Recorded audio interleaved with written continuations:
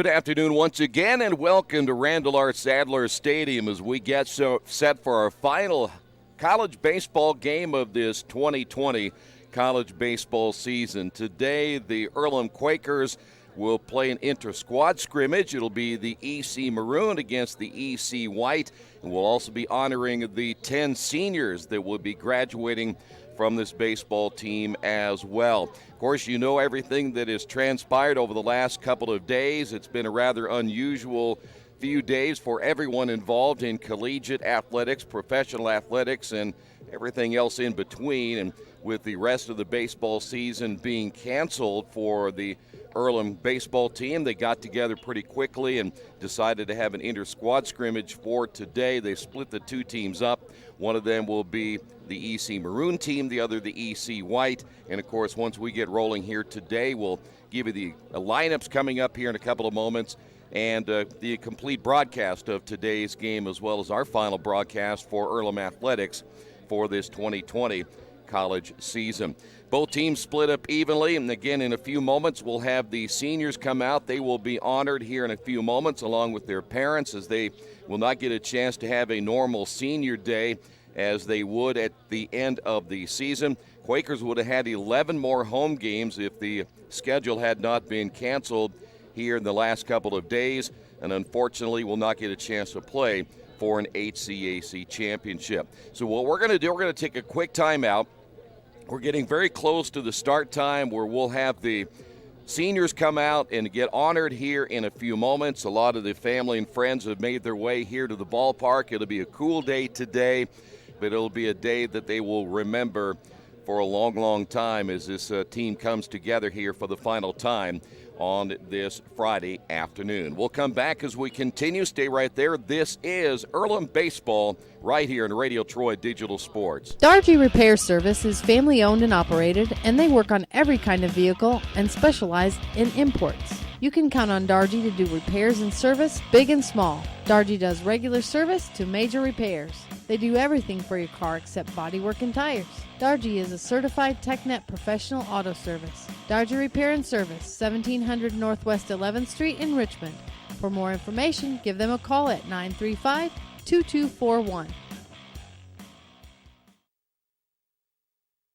Since 1994, Beach Automotive has provided motorists in the Richmond area with the most comprehensive auto repair services that include general services, car and truck care, alignment, brakes, tires, engine, transmission, and more. Their goal is simple: to offer the best services available at affordable prices to get you back on the road in no time. For a high-performance vehicle, trust Beach Automotive. To learn more, give them a call at 765-966-8181. Beach Automotive, 110 East Main Street, Richmond.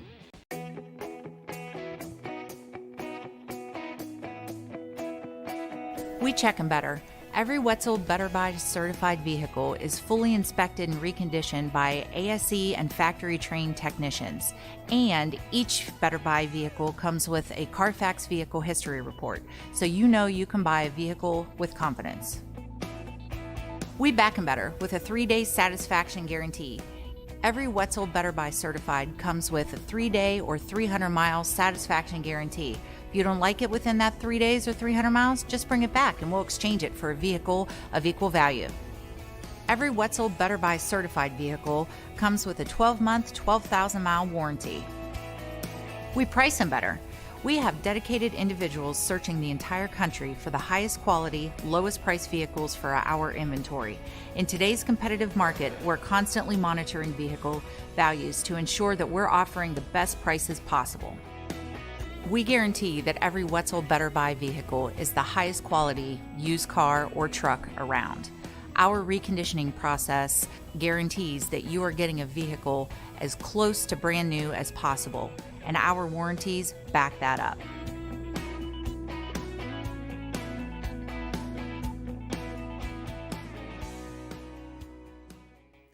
Back once again here at Randall R. Sadler Stadium. It is time now to honor our seniors here this afternoon. Good afternoon, baseball fans, and welcome to Randall R. Sadler Stadium for today's final game of the 2020 season between the EC Maroon and the EC White.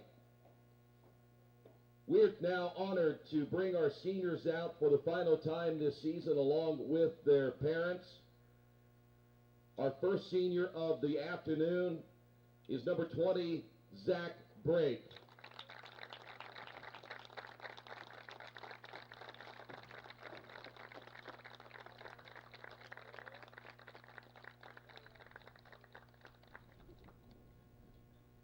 Our next senior is number 2, Alec Bryan.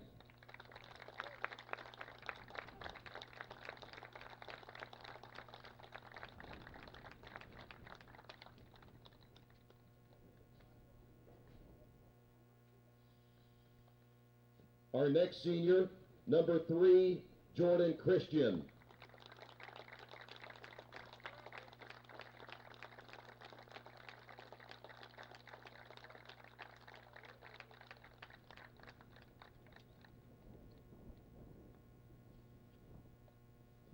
Welcome our next senior, number 7, Danny Dopp.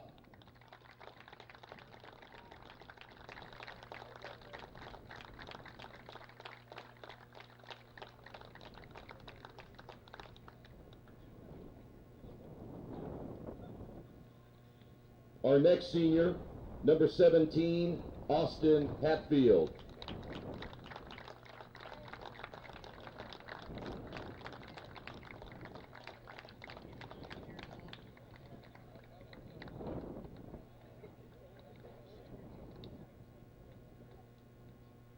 Our next senior, number 27, Kyle Gorman.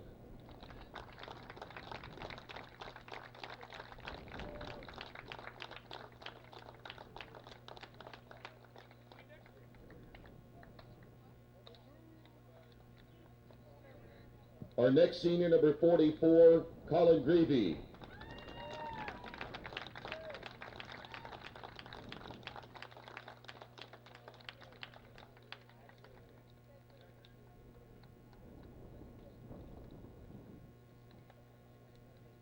Our next senior, number 8, Tyler Netzley.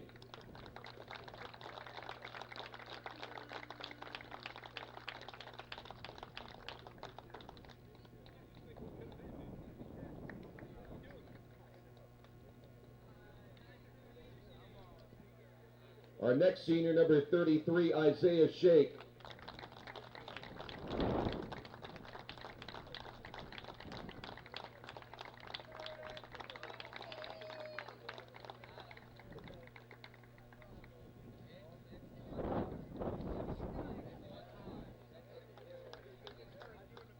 And our next senior, number 28, Austin Smith.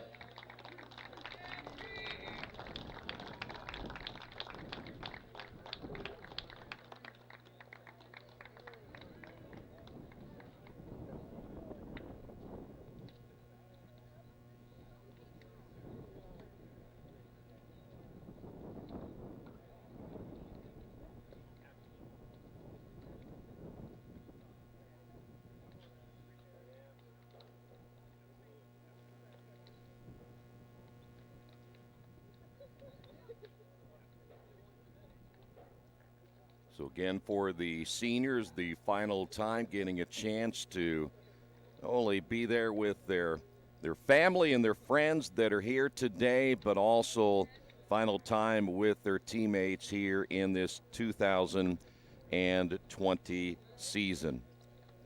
Okay, what we'll do, we'll come back, and this one will get underway. It is the final game of our season. We'll come back and get it underway in a couple of moments. Starting lineups on the way as well, right here in Radio Troy Digital Sports. Big Boys Pizza is now open in Richmond, located at 1015 East Main Street, next door to the Civic Theater. The menu has great sandwiches, pasta, salads, and of course, pizza. Come dine in, carry out, or have your food delivered day or night, at home or at the office. Other locations are in Connorsville and Brookville. Bring in a sports ticket after any game and receive 10% off your purchase. Ticket must be dated for the same day as your purchase. Dine in, take out, or delivery, Big Boys Pizza. 765-488-0023. Kate's Cages is the #1 indoor training facility for baseball and softball in Richmond by far. With top-flight instructors, you will learn how to play the game the right way. Everything from pitching, hitting, catching, and fielding. Kate's Cages will also have the opportunity to participate in triple play fall ball, the softball academy, individual and team camps, and individual private workouts. Kate's Cages Baseball and Softball Indoor Training Facility, 1366 Rose City Boulevard. Call 993-2353 for more information. At First Bank Richmond, we provide you with an excellent banking experience. Whether it's personal checking, savings, mortgage loans, consumer loans, retail lending, or trust and investments, you can count on First Bank Richmond. First Bank Richmond has been serving the Richmond area since 1887. For more information, give them a call at 962-2581 or go to their website at firstbankrichmond.com. Georgia Direct is your one-stop source for floor coverings and decorating ideas for remodeling a home, office, kitchen, or bathroom. Their showroom offers quality products from Mohawk, Shaw, Armstrong, Craft Made, and many more. They proudly offer Richmond the best quality and variety of home design solutions at competitive prices. At Georgia Direct, their goal is to deliver an outstanding customer experience from selection through installation. Georgia Direct Carpets and Cabinets, 5200 National Road East, Richmond. Best One Tire and Service has been committed to our partners since 1948. With more than 250 locations in 26 states, Best One puts over 1 million tires on the road every year. Superior tires, expert service, competitive prices. Best One Tire and Service, where the best costs less. Hi, I'm Roger Clark with Best One of Richmond. Because Best One is one of Bridgestone's largest retailers, we offer exclusive Bridgestone savings. Visit us in Richmond to save on Bridgestone tires today. Are you looking for the right place to work out? A place where you have several choices and can have fun at the same time? Well, that place is right here in Richmond, Family Fitness Works. Family Fitness Works has spinning, Zumba, kickboxing, core works, kick fit, body pump, body flow, and much, much more. And don't forget, Family Fitness Works also has Richmond's most extensive free weights and Nautilus in the area. Check out their website at familyfitness.com or stop by at 213 North 3rd Street in Richmond.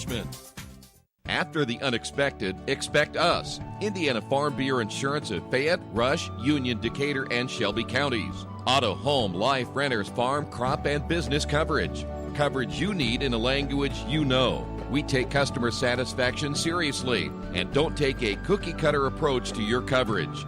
For more information, call 800-723-3276 or go to their website, in.farmbureau.com.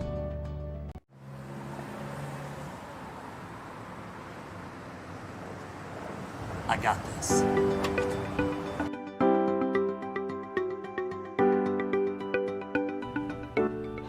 I got this.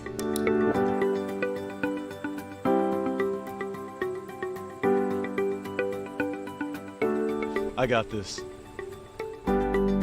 At Harrington Hogue, we believe your life belongs to you. That's why we work hard to make sure that your insurance coverage is the last thing you have to worry about.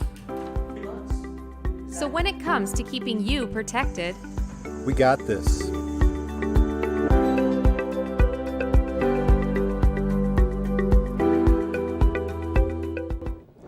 Welcome back. A windy day here today, and by the way, the sunshine a little bit deceiving with that wind coming out of the north. It's going to be a cool day today as the seniors honored just a couple of moments ago with their family and friends, so congratulations to them. And unfortunately, they were unable to complete this baseball season, but with all the rather unusual circumstances going on, it was nice to be able to come out one more time.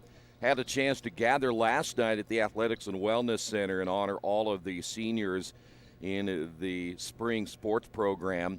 And so that was a nice gathering last night, as well as everybody had a lot of fun there. So final pictures being taken here today, and then we'll get underway.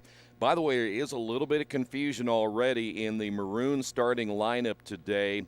They have not listed a pitcher, at least from what we can tell at this point. So I think they're going to keep that a secret. If they have given me any indication yet of who that pitcher is going to be, I'm not sure.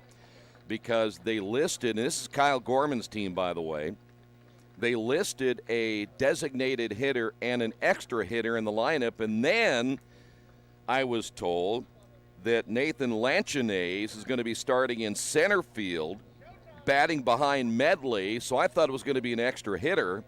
So there's some shenanigans going on already with the lineup, because if James Grace, who was scheduled to be in center field, is not in the lineup, we have absolutely no idea where James Grace is going to be. And we have no idea, at least for this moment, of who their starting pitcher is going to be, but we'll give you what they gave us just a few moments ago. We do have a white team that we can tell you about right now. Isaiah Shake will lead things off. He'll be in center field. Batting second and catching, or playing in left field, will be Alec Bryan. Batting third, the DH and the pitcher will be Cameron McCabe. Danny Dopp will be the cleanup hitter. He'll be at first base. Easton Embry will get the start at catcher. He'll be batting fifth. Batting sixth in right field, Connor Drews.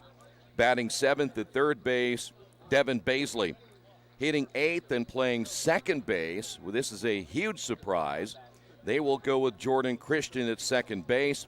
Jordan, by the way, very good athlete. I've seen him. He's a quarterback in high school. He was a punter on the football team, played some defensive back, pitcher on this team, but I've never seen him play second base, not even in high school.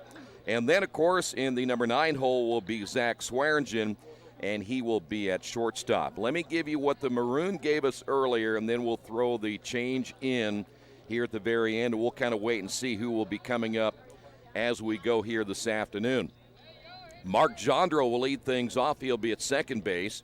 Cameron Whistle batting second and catching. Brian Pansura will be the third hitter today. He will be at shortstop. Jordan Cooterer, the cleanup hitter in right field.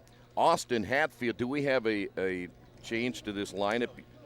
So Lanchinaise is not going to be in the lineup here for the Maroon. We were told that he was coming in and playing center field, and James Grace was not. So there's some shenanigans going on here. Is that what we're hearing? So we already have established that. The Maroon is trying to get an edge already here today. So let me continue the lineup.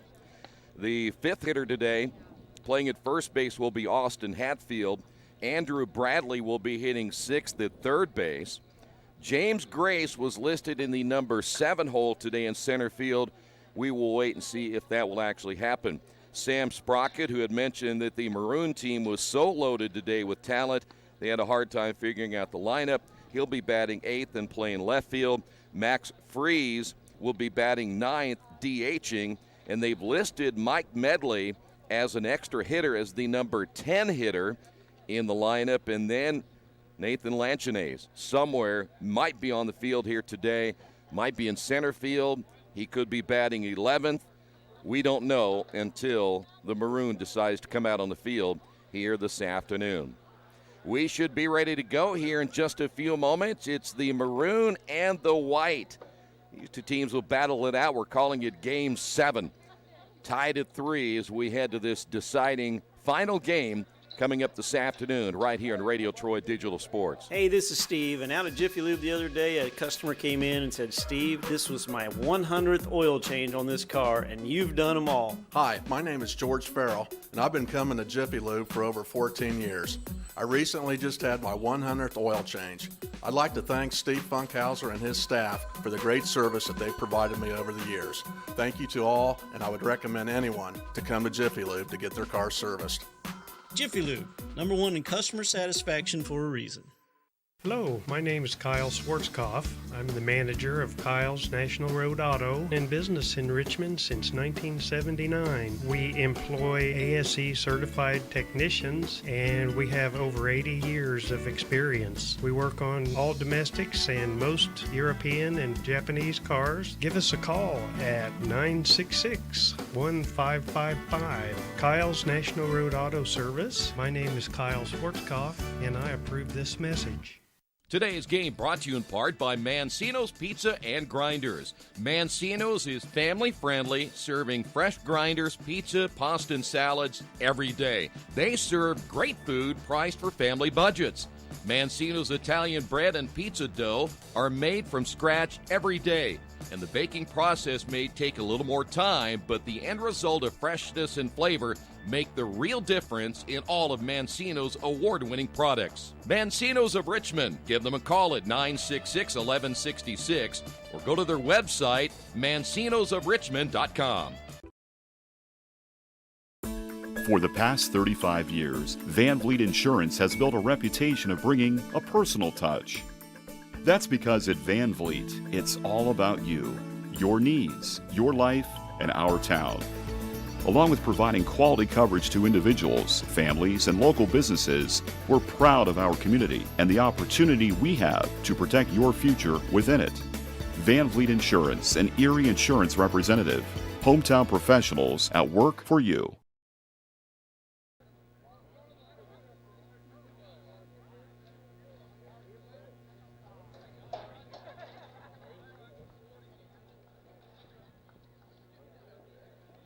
Back once again here at Randall R. Sadler Stadium. It's time for the playing of the national anthem. Ladies and gentlemen, to honor America, please rise for the playing of the national anthem.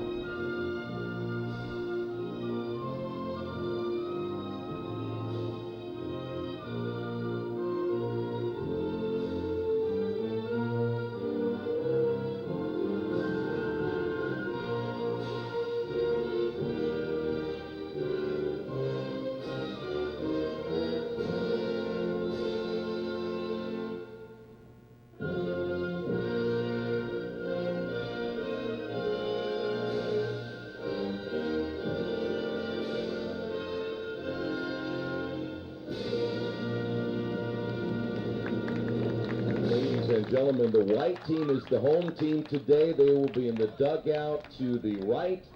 The maroon team is the team to the left. They will be the visitors here this afternoon. Here's how the maroon will line up. There is a little bit of a discrepancy in their batting order. We believe there's some Houston Astros things going on here, but we'll let you know that here in a moment. Mark Jandra will lead things off. He'll be at second base. Cameron Whistle will be catching and batting second. Brian Pinsor, the shortstop, hitting third. Jordan Kuderer is in right field, the cleanup hitter. Hitting fifth at first base will be Austin Hatfield. Andrew Bradley hitting sixth and playing third base. And here's where things get dicey. They've listed James Grace hitting seventh in center field. They go Sam Sprocket eighth in left field. Max Freeze hitting ninth at DH. And then we have Mike Medley hitting 10th as the extra hitter. And we were told of a late lineup change that Nathan Lanchonnet was in the lineup and hitting in the number 11 spot, and he is listed in center field. We will wait until they come to the plate.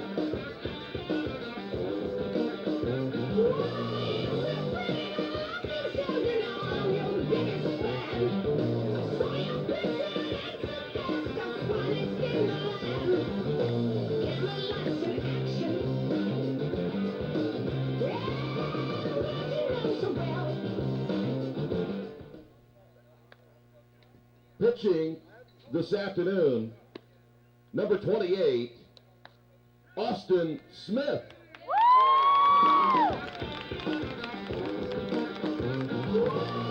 Austin Smith will start today for the white team. Their lineup is not as accurate, in fact, almost as accurate as the maroon team. McCabe was listed for whatever reason as the pitcher, but that's going to be Austin Smith. McCabe will be the designated hitter. And so the throw down, and we are ready to go. Leading off for the Maroon, the second baseman, number 4, Mark Jandro. Now Mark Jandro will lead things off for the Maroon here in the top of inning number 1. Now, I believe the catcher will be calling the balls and strikes, so you know which way this will lean. Oh, Krumloff, well, that's as bad. I'd let the catcher do it. Here's the pitch, and he calls it in a strike, so it is 0-1. I'm not sure Krumloff can see that far, but we're going to use him as the umpire out in the field. Ground ball foul, and it's no balls and 2 strikes. We'll have some inside information here today with the coaching staff upstairs with us, so if we need something, we'll be able to get it firsthand. There's a line drive, base hit into right field, and the throw to first, and it gets by the first baseman. Nearly had Jandro, as that one will get away, and the Maroon team will have a runner at second base, so that'll be a base hit. And we'll have to charge an error, too, on the right fielder. So the Maroon has a runner on base, and that'll bring up Cameron Whistle. Now batting, the catcher, number 36, Cameron Whistle. Can you blow my whistle, baby? Cooterer is the right fielder for the white team.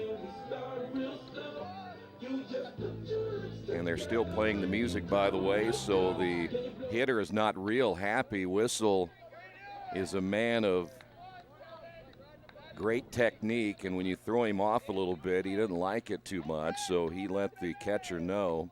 1 ball, no strikes now to Whistle. Ground ball to the second baseman. Throw to first by Jandro is in time. The runner will advance to third. We do have 1 away, and that'll bring up Brian Pensura. Now batting, the shortstop, number 4, Brian Pensura. So Cameron does his job as he moves the runner to third, and Pensura will step up for the first time. Austin Smith, 6'7", senior out of Charlestown, Indiana. And that pitch in there for a strike.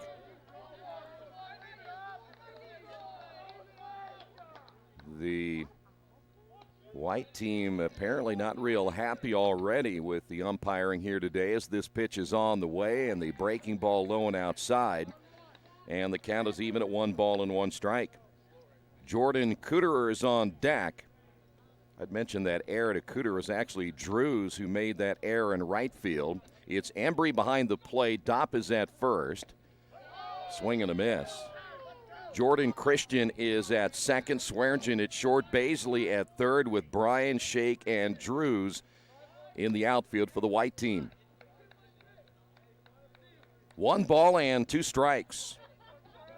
Pensura back in, and the pitch just a little bit outside, though looked like it caught that outside corner. 2-2. And now you notice that the umpire was behind the pitcher. He's decided to get a little better advantage on the other side. Here's the pitch on the way, grounded foul. Cody was right behind Smith, and now's moved to Smith's left side. Get a better look at that breaking pitch on the outside corner. Mark Jandro down at third, trying to give the Maroon team the early lead here in the top of inning number 1. The pitch on the way is a breaking ball, nearly gets him. Throw down to third, and the tag not in time. Embry trying to pick off Jandro. And we will go to 3 balls and 2 strikes. Smith will come set. Here's the pitch, and a line drive caught by the first baseman. Great play at first. 2 away, and that'll bring up now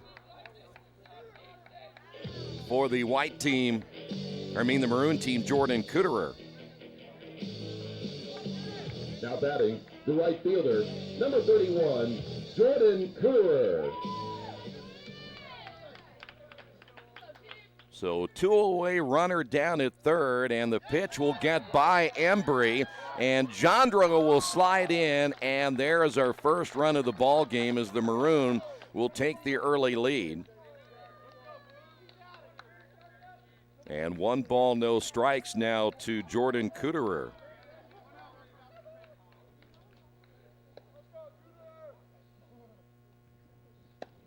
Kuderer hitting in the cleanup spot here today as that pitch is outside. 2 balls, no strikes. Sidearm pitch on the way. That's a strike. And we'll go to 2-1.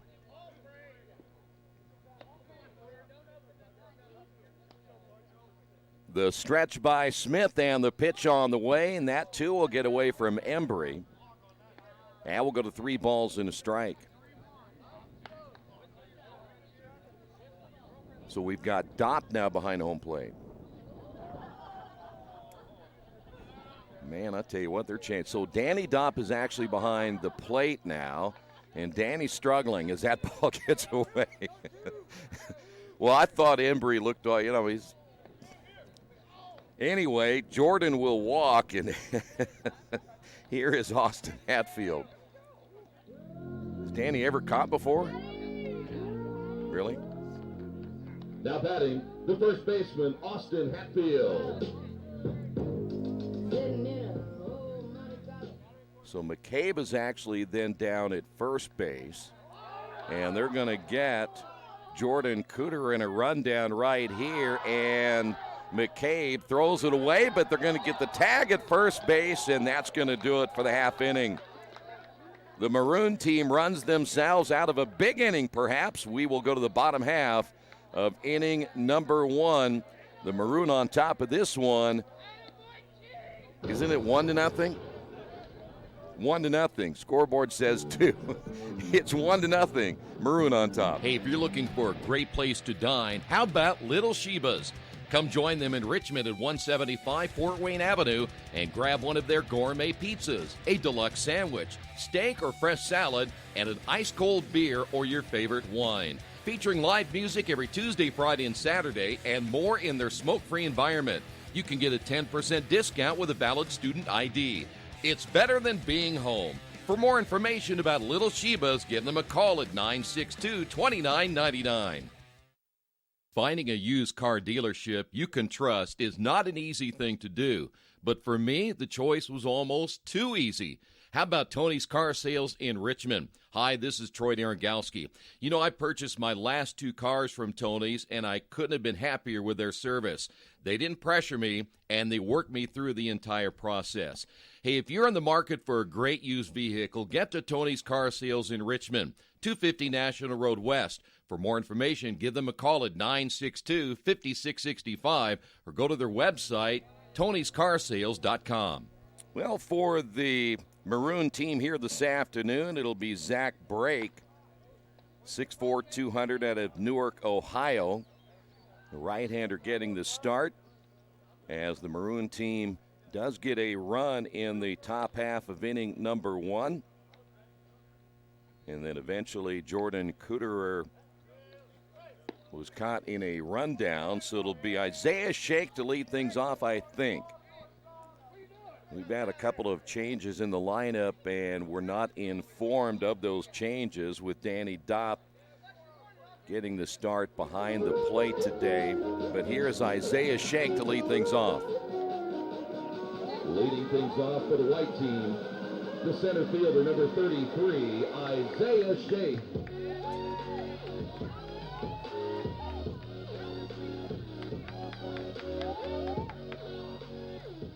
Zach Brake will start today for the Maroon team. He does have a reliable catcher behind the plate in Whistle as that first pitch is low for a ball.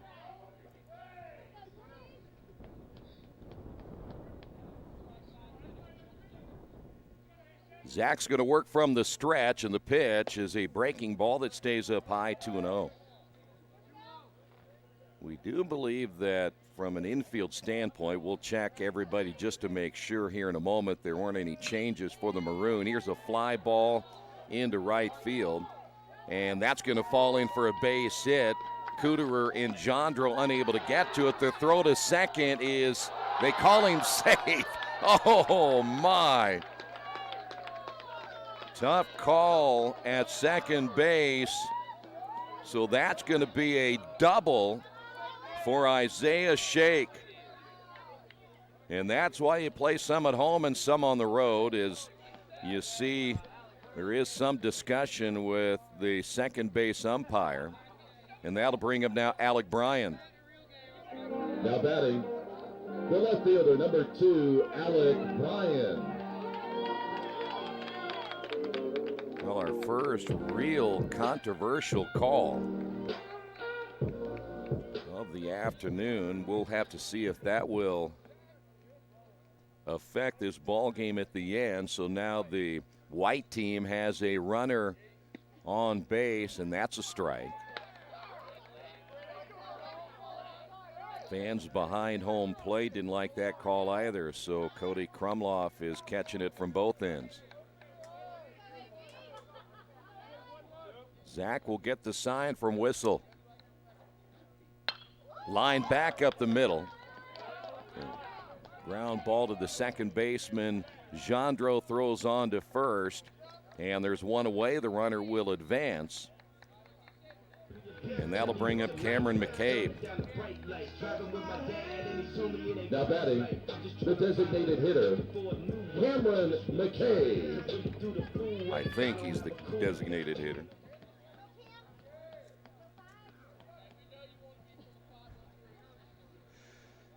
Here is McCabe as Shake down at third. One base hit for each ball club here this afternoon. The double, though, for Isaiah Shake has an asterisk next to it, as that one is fouled off. McCabe down in the count of no balls and a strike.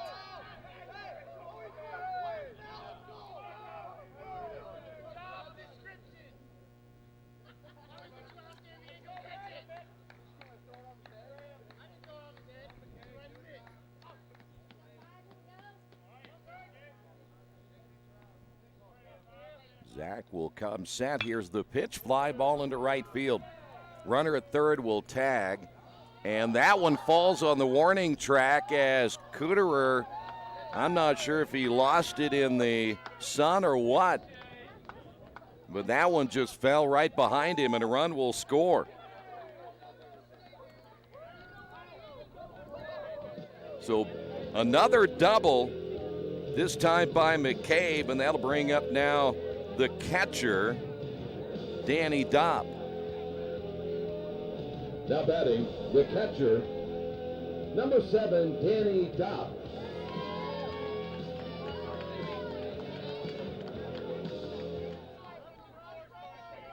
So now we have seen a double by Isaiah Shake and a double by Cameron McCabe. The white team coming back to tie this ball game at 1 apiece, and a runner now down at second base for the catcher, Danny Dopp. Here's the pitch, and it's low and outside for a ball.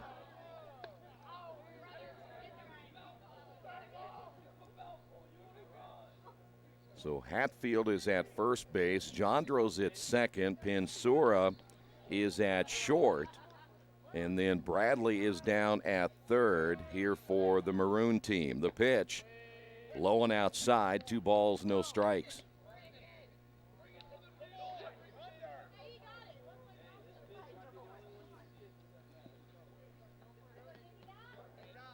See if McCabe will show his speed and try to steal third, as Bradley not even close to the bag. Here's a chopper toward the second baseman. Jandro will get the runner at first base for 2 away.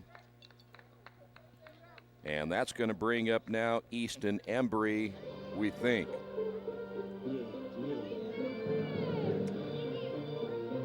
Now batting, number 16, Easton Embry.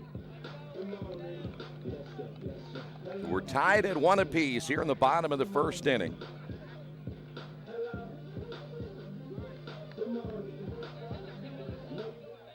Two extra base hits for the white team here in the bottom of the first. The stretch by Break, and the pitch is up high. 1 ball, no strikes.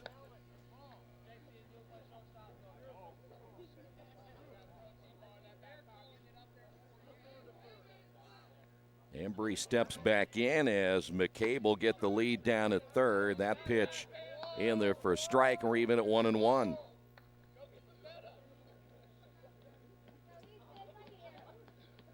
Well, for today, the way the wind had been blowing coming in out of the north, it'll be hard for a right-handed hitter to get anything to carry here this afternoon. As that pitch high and inside.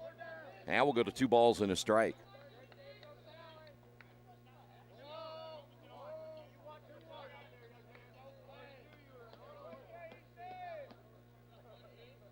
Zach will get the sign. The pitch is low and away. And now 3-1. Connor Drews is on deck.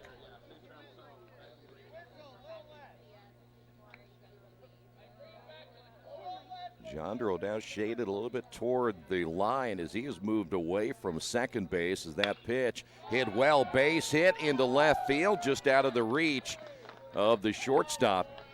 Run will score as McCabe able to slide in safely, and the white team has now taken a 2-1 lead.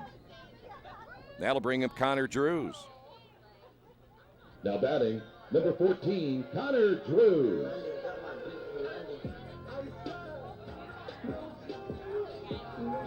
Three hits in the inning.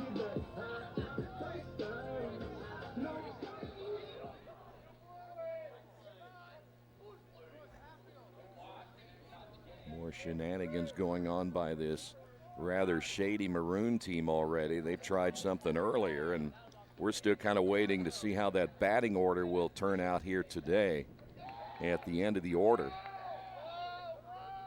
The white team not fooling. Getting fooled here today is Easton Embry. Down at first base, he will take off. The bunt laid down, and that'll be a foul ball. So Drews will fall behind, and no balls and a strike.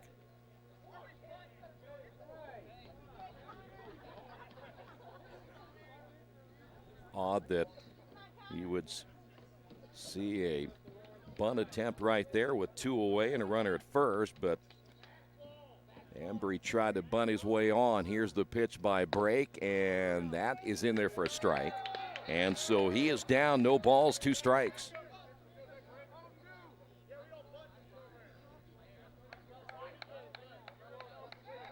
And the runner takes off as Zach was not paying attention, and that'll be a stolen base by Easton Embry. So the white team now another runner in scoring position. No balls and 2 strikes to Drews. So now you have 2 extra base hits and a stolen base for the white team. The stretch, and they'll throw back to second.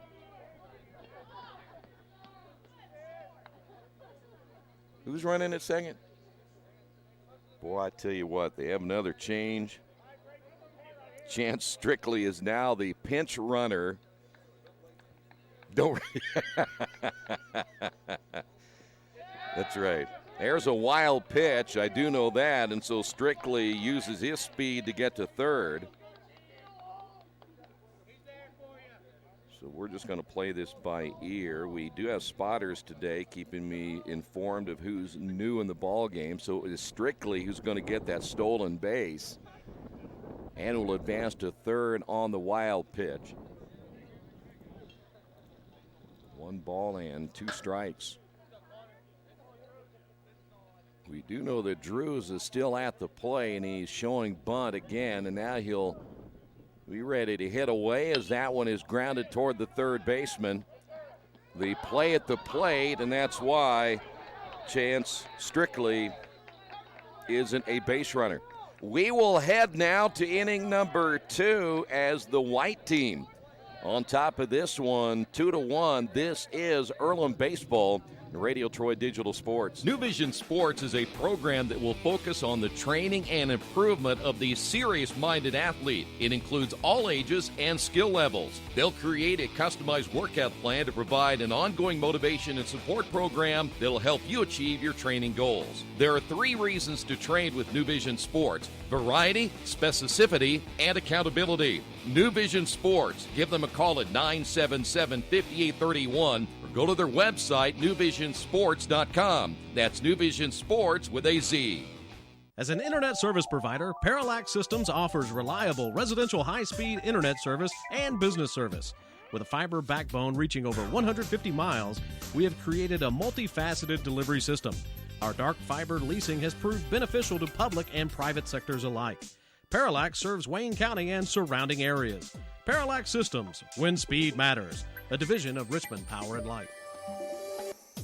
Well, Austin Hatfield is scheduled to lead things off. We will always now wait and see, and once they make their way to the plate, we'll announce the hitter. As now one change. We do know that Embry's back behind the plate, and Danny Dobbs' career as a catcher is over.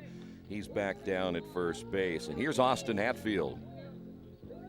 Now batting, number 17, Austin Hatfield. Hatfield, first time he will see the right-hander Smith, and that will be a ball inside as it gets away from Easton Embry. Hatfield, redshirt junior out of Hamilton, Ohio. As Smith will come set, and the pitch on the way is high and inside, 2-0. There are right-handers throwing in both bullpens here early. The stretch and the pitch, low and inside, 3-0. Boy, during the regular season, Hatfield actually walked quite a bit. He's about ready to get another walk here this afternoon as that pitch hits him. Well, no tempers flaring at the moment, but if it's anything like that game against Wilmington, wait and see what happens, as Hatfield will now be out of the ball game, and pinch running will be Joey Gerbis. Here's Andrew Bradley.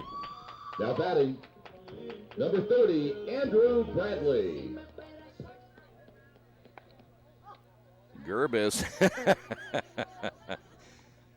took a shot right there by Danny Dopp, but kept his composure as he had a huge lead down at first base.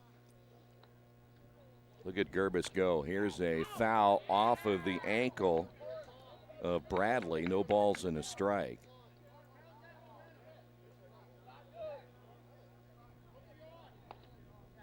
Gerbis kind of a sneaky quick at first, so for Smith, he'll want to keep an eye. Look at that lead all the way on the green.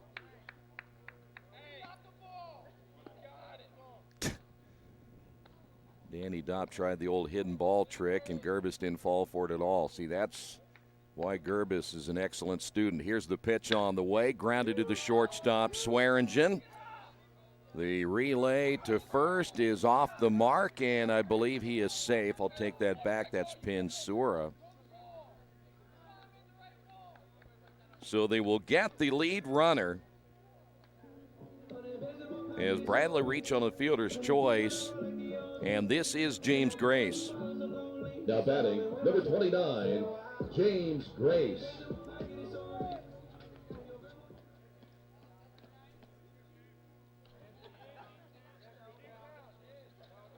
The pitch on the way is low and inside, 1 ball, no strikes. 2-1 as we play here in the top of the second inning.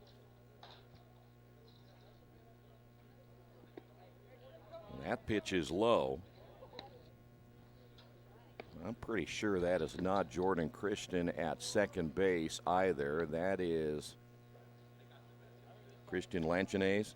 Well, I don't know when they put him in, but Lanchines is now at second. That breaking pitch, that's a good pitch right there.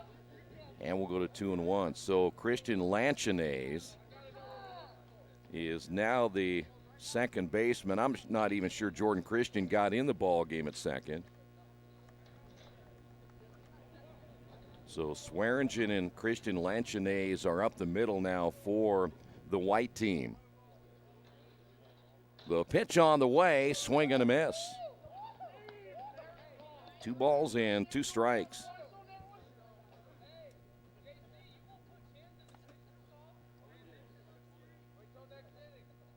Runner down at first base, Andrew Bradley. Delayed steal, throw down to second. Tag laid on, and they're calling him safe because the shortstop, or was it the second baseman, dropped the baseball. Well, that's a tough call right there. Lanchinaise was there. And I think they're going to say he was out. It looked like the ball came loose, though. Another very sketchy call down at second base. And it should be, 3 balls, 2 strikes. So it is a full count.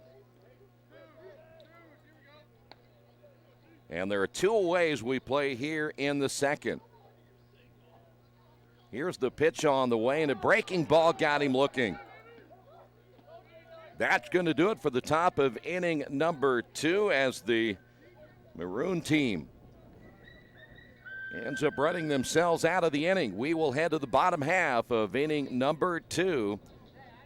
Your score: Earlham White on top of this one, 2-1. This is Earlham Baseball and Radio Troy Digital Sports. The Purdue Polytechnic Institute in Richmond is part of a statewide network that offers the same technology degrees available in West Lafayette. The benefit of earning your degree at the Richmond location is that the campus is small enough to provide you with dedicated one-to-one attention while you earn your degree from Purdue University. Purdue Polytechnic of Richmond. Give them a call at 973-8228 or go to their website for more information at polytechnic.purdue.edu.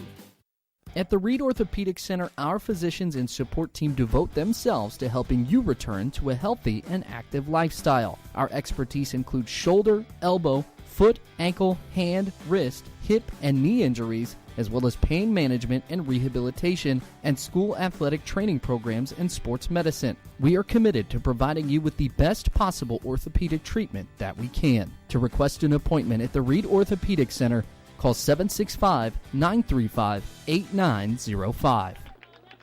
Well, Tyler Netzley will get the ball here as we move to the bottom half of inning number 2. The Maroon making a couple of changes. Netzley again will be on the mound. Lewis Lipthrat taking over in right field. Also taking over in right field, Lewis Lipthrat.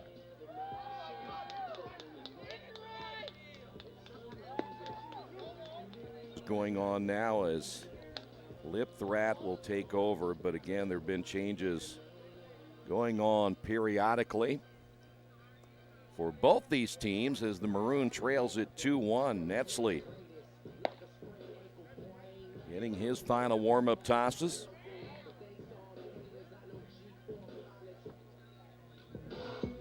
And Devin Baisley will lead things off now for the White. Now batting, number 26, Devin Baisley. 2 runs on 3 hits in that first inning. Tyler Netzley, the right-hander out of Greenville, Ohio. Now set to throw on the right-hander's first pitch, in there for a strike.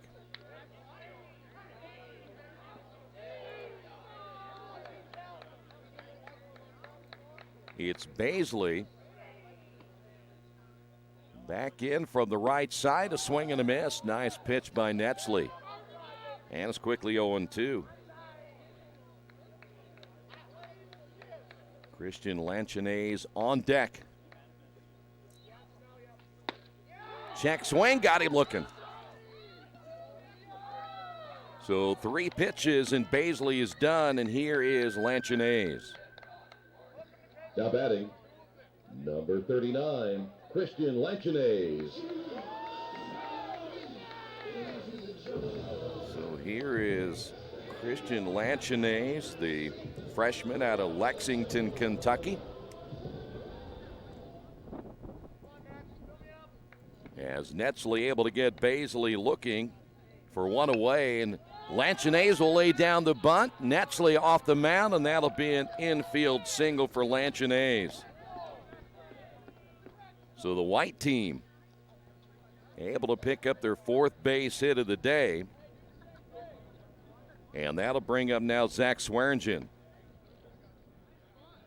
Now batting, number 6, Zach Swearingen.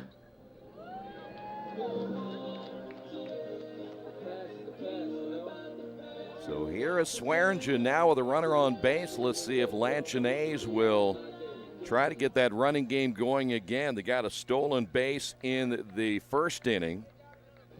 It was Strictly who was pinch running for Easton Embry at that point, as this pitch is up high for a ball. And it's 1 ball, no strikes.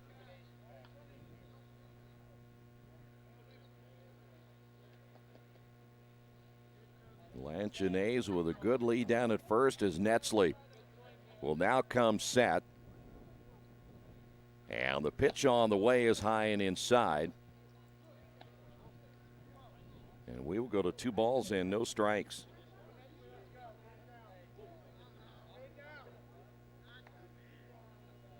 Swearingen, the sophomore out of Romeoville, Illinois. Throw to first, tag laid on, not in time, though Hatfield trying to force the base runner off the base.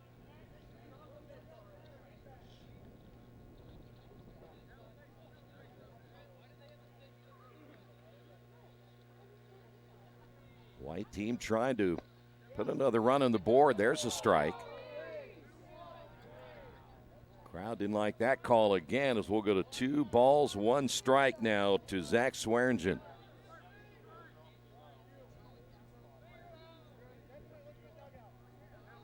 Robbie Shondell is on deck. The pitch on the way, lined into right field, and unable to make the catch, as that will get by the right fielder for extra bases.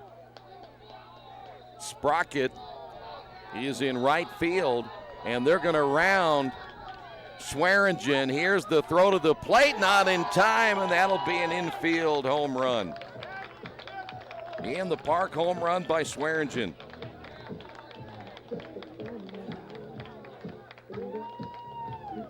Two more runs on the board for the White, and they now lead this one 4-1. By the way, that is Sprocket, I do believe, in right field. So that Gerbis is going out to right field. Okay, so that is, Lipthrat, I'm sorry. So Lipthrat was actually in right. We were told about that earlier. Now he's gone. So Lipthrat is heading to the bench, and Gerbis will take over. So Gerbis now in right. 4-1 your score, as we will now bring Robbie Shondell to the plate. Now batting, number 25, Robbie Shondell.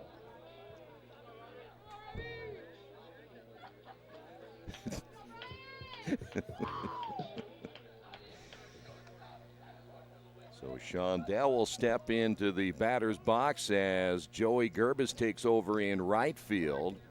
There's a strike. Looks like Brandon Lucero is on deck. There's a line drive, base hit. So Shondell comes up with another hit for the White team. Now 6 hits for the White. And again, here is Brandon Lucero. Now batting, number 11, Brandon Lucero. So Lucero is actually hitting in the spot where Alec Bryan was. And the white team now starting to put it to the Maroon, who Sam Sprocket said they were so talented they couldn't figure out a lineup. Here's the pitch. Popped him up, foul. Lucero, freshman out of Maryville, Indiana. He's only a catcher, but a utility player.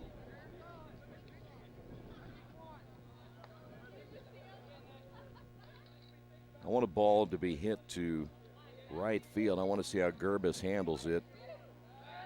Throw to first, not in time. As by the way, Mark Jandro is now at first. We're going to stop keeping track here in about 2 seconds as they're moving all over the place. Looks like Andrew Bradley is now at second base. Runner takes off, throw down to second, and easily out.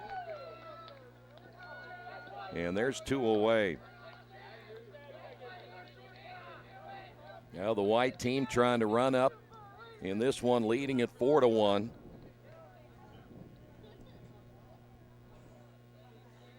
There are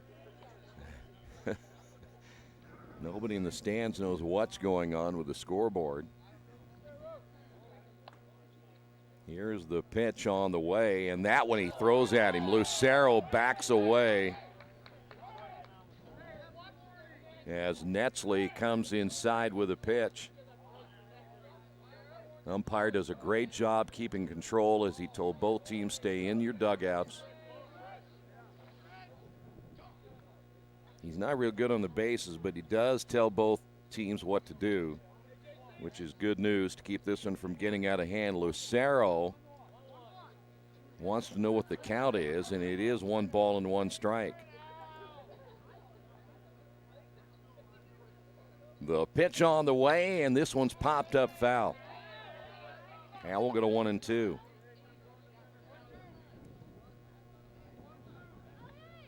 Sprocket, by the way, is in left field now. Let's see who's in center. Looks like that is, again, Nathan Lanchinaise, not Christian. So Nathan Lanchinaise is in center field.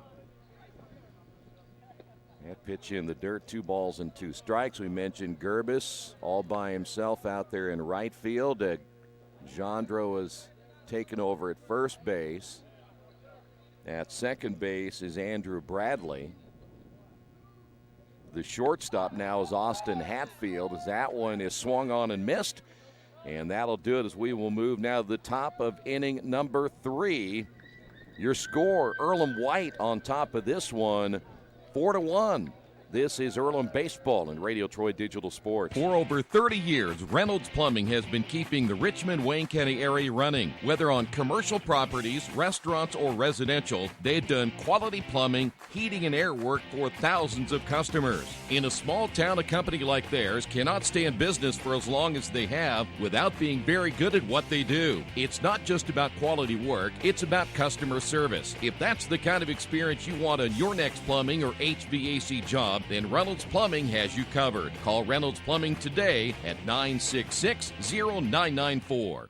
For over a century, Richmond Power and Light has been providing safe, reliable energy to the citizens and businesses of Richmond and the surrounding area. Through their dedicated and talented employees, they are advancing their tradition of exceptional service through new technology, training, and efficiency in everything they do. Richmond Power and Light provides reliable, low-cost energy and technology services in a customer-focused, environmentally responsible, safety-conscious manner. Richmond Power and Light. Together, we make powerful partners. By the way, if you're just joining us, we have now decided to scrap the score sheet because guys are moving everywhere, but we do know that Chance Strictly, a right-hander out of Cincinnati, he is on the mound, a freshman, 6'3", 195 pounds, played at Princeton High School. And we're going to be moving now to the top half of inning number 3. Looks like Sam Sprocket will lead things off. Sprocket almost guaranteed a win today when he said their team is so much more talented than the white team. So the Maroon team's going to have to make a comeback here at some point, down already 3 runs. Leading off, number 22, Sam Sprocket. The fellas in the back, and they twisting up a fella. Get silly, get silly. So Strictly getting a chance to throw here in the third inning. As Sprocket steps in the first pitch, low and outside, 1 ball, no strikes. This is the first time that Sprocket has been to the plate officially here this afternoon. And the pitch, a swing and a miss. And the count is even at 1 ball, 1 strike. Freeze is on deck, and then we wait and see what happens after that. Here's the stretch. And the pitch, that'll bounce away from Embry. And we'll go to 2-1. They had listed in the original lineup that Mike Medley would be an extra hitter. And then they had put in Nathan Lanchinaise, but Lanchinaise eventually ended up in center field. As that pitch off the plate a little bit, 3-1. Cody Krumloff again is the umpire here this afternoon. He's already blown several calls and trying it again as this pitch in there. See now, the last one probably was a strike. I'm not sure about that one, so we'll go to 3-2. In other words, as a hitter, you better get up there and swing the bat. By the way, Krumloff hearing it from the white team as that one comes inside and hits him, and that'll send Sprocket down to first as he takes one for the team. And now we're going to get some serious media coverage here as you see going out to the mound to talk a little bit about that last pitch was Jordan Kuderer, who owes me that microphone, by the way. Now batting, number 9, Max Freeze. So now Strictly set to throw, and the pitch on the way is outside for a ball. Now for the Maroon team, they run themselves out of that last half inning. Freeze, a good cut and a miss on that one, 1-1.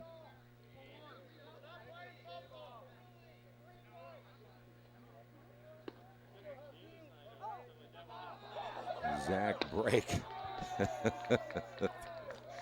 That is Zach Brake, who, by the way, is on base.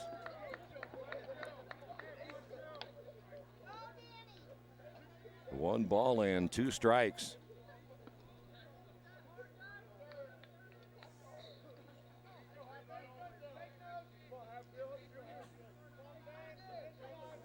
That is the first stolen base by the Maroon team today, and again it is Zach Brake down at second. The pitch. That bounces in front of Embry. And it'll be 2-2.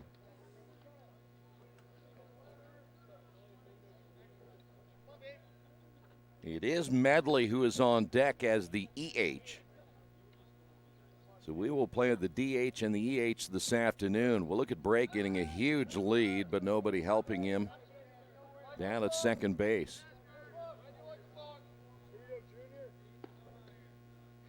Alec Bryan is the second baseman, and Danny Dopp is the shortstop, as we'll go to a full count.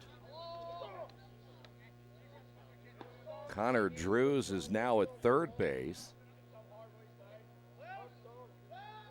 And it looks like that is James Grace at first. This ball is hit into right field, and that's going to go foul.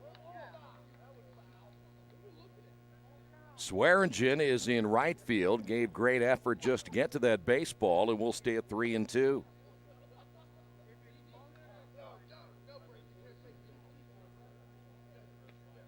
Chance Strictly again here in this inning.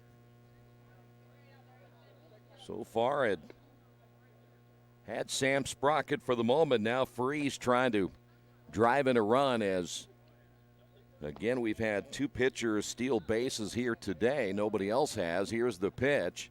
Here's a swing and a miss, and Freeze will strike out. So there's one away. And that'll bring up Mike Medley. Now batting, number 13, Mike Medley.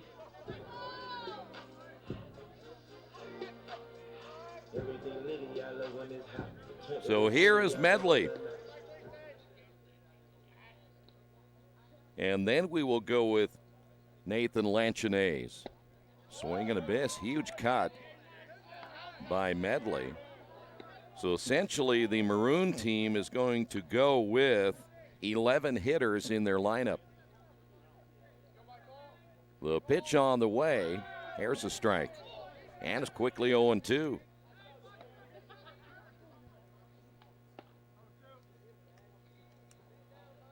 Zach Brake is the runner down at second base. 4-1. White on top of this one here in the third. The pitch on the way, swung on and missed. And there's another strikeout for Chance Strictly. And that'll bring up now Nathan Lanchinaise. Now batting, number 40, Nathan Lanchinaise. 2 straight strikeouts now for Strictly. And the runner takes off to third and no throw.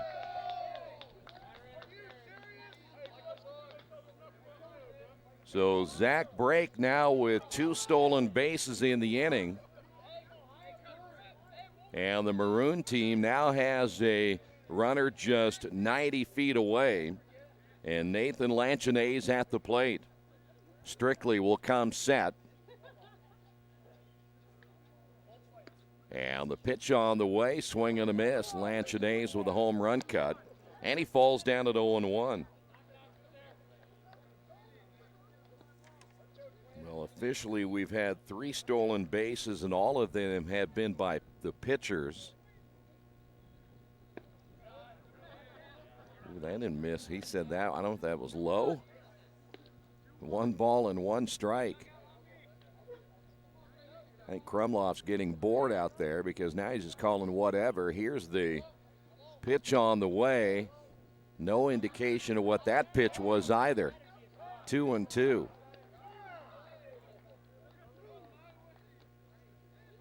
Brake had a huge lead down at third base. He's pointing to his head. He's thinking here is what he's going to do apparently. Here's the pitch on the way. And just, did he get him? Nope, they're going to say it's ball 3. Now, Strictly thought he had a strikeout. He was heading toward the dugout. In fact, it almost appeared the entire infield was ready to head in and get ready to hit for the bottom of the third inning, the stretch. And the pitch on the way, hit into center field. This is going to be caught on the run, and that'll do it. Making the catch in center field, Devin Baisley. We will head to the bottom half of inning number 3. Earlham White on top of this one, 4-1. Are you tired of your current IT company prices going up every month? Do you get only 4 or 5 hours included in your contract before you're charged overages or per hour fees? Midwest IT Support has set pricing that allows you to budget for your business with no contracts or overages. It's all included. You get a full IT staff without hiring a full-time person. Call us for a free quote. We make IT easy.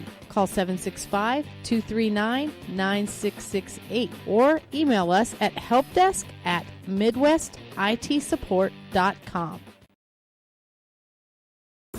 For the past 35 years, Van Vliet Insurance has built a reputation of bringing a personal touch. That's because at Van Vliet, it's all about you, your needs, your life, and our town.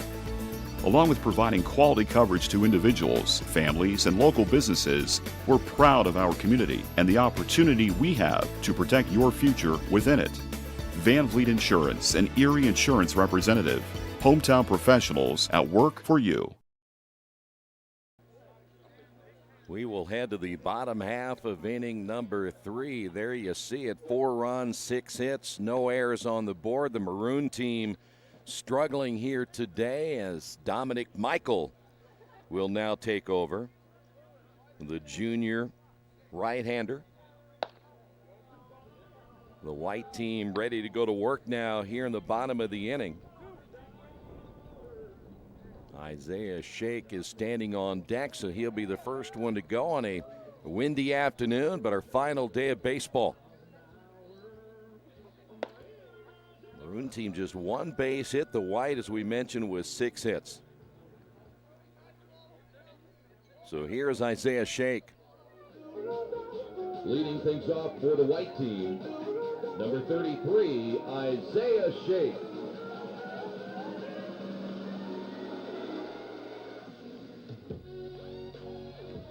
Isaiah, a couple of base hits here today for the white. See if we can pick up any other changes. The third baseman is now a left-handed third baseman. I think we're playing softball now, as that'll be Jordan Kuderer. There's a swing and a miss. The shortstop still Hatfield. And that is Nathan Lanchinaise at second. Boy, there's another good fastball. 0-2 now for Isaiah. Jandro stays at first base. In right field is Andrew Bradley. As we'll go to 1 ball, 2 strikes. Bradley must be anticipating getting thirsty as he is taking his drink out there with him. In center field is going to be Sam Sprocket, as Dominique's pitch is hit well into left field, going back on it, and that will hit the warning track as the left fielder, Kyle Gorman, able to get to that baseball in another double. That's the third extra base hit of the ball game by the white team, and that's the second double by Isaiah Shake, and that'll bring up now Alec Bryan. Now batting, number 2, Alec Bryan. Isaiah now setting himself up to be the MVP of this one, as again he's now picked up 3 hits. We'll see if he's going to stay in as the runner at second base. He will, as Dominic Michael now set to go to work, as Shake not even moving to the bag, as Austin Hatfield sneaking behind, and as does Lanchinaise, the second baseman.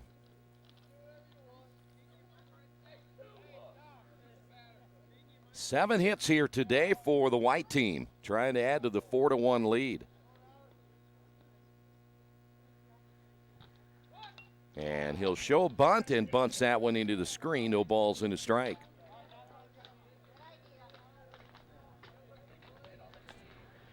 Alec Bryan out of Franklin Central High School, one of the 10 seniors that were honored here today.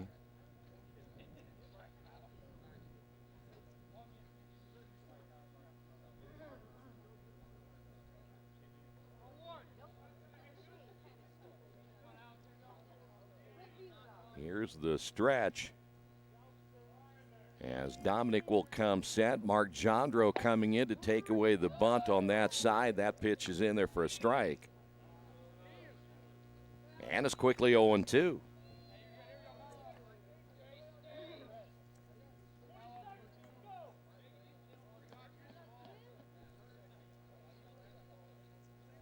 Dominic once again will come set at check of the runner at second base. And the pitch on the way is up high for a ball, 1-2.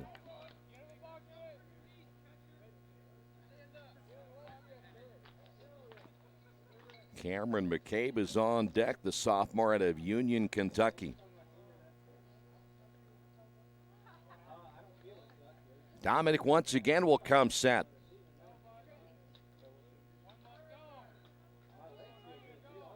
And the pitch on the way is hit foul. Good cut by Alec Bryan.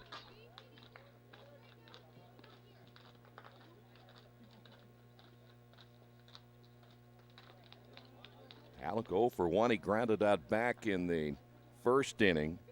And then Brandon Lucero hit for him in the second. He's back here in the third as that breaking pitch will stay up high. And we'll go to 2 balls and 2 strikes.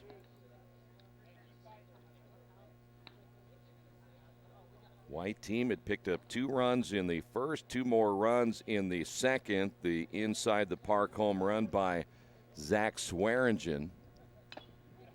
Now it catches a piece of Cameron Whistle.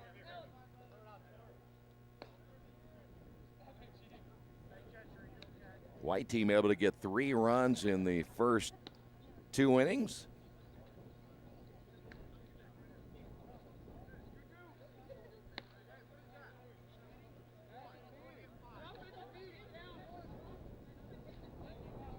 After a short meeting with his third base coach, here is Brian back in. Dominic Michael with a runner down at second base.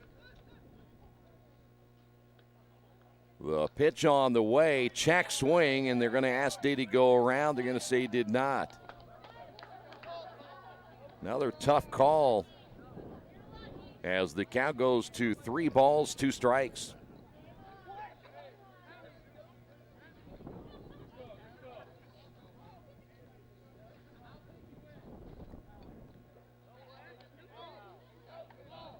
Infield's going to come in a little bit on the right side. Even Hatfield not playing very deep at short. I want to see a ball hit to third. I want to see how a left-handed third baseman handles it as this one is swung on and missed. Good fastball as Dominic will get the strikeout.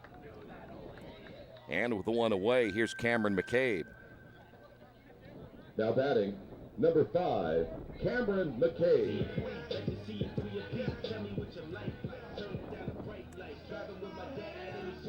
So one away as we play here in the bottom half of the third inning.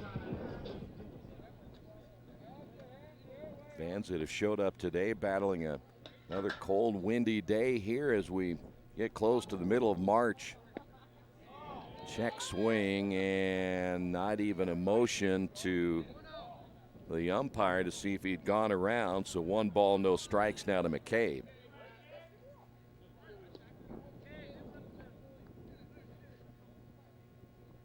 The stretch and the 1-0, that's inside. 2 balls, no strikes. So far, Isaiah Shake has not made a move to try to steal third. That will keep the stolen base statistic today in the hands of the pitchers who have stolen 3.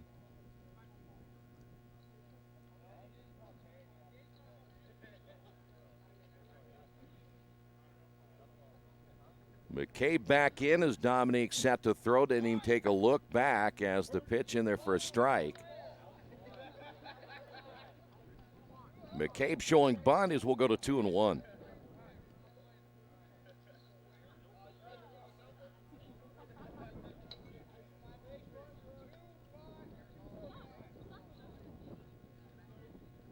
Michael checks the runner at second as he comes set. The pitch is a breaking ball that is low and outside, so we'll go to 3 balls and a strike.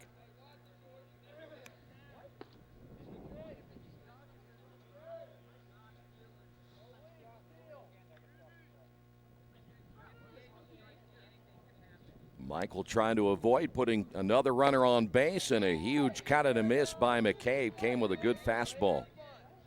And it's 3-2.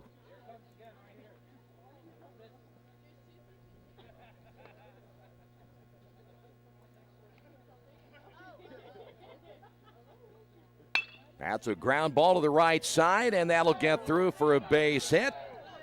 8th hit of the ball game. The throw to the plate not in time. The runner will advance down to second, tag, and they got him there. So that'll be a base hit. Driving in a run, and the white team now leads this one 5-1.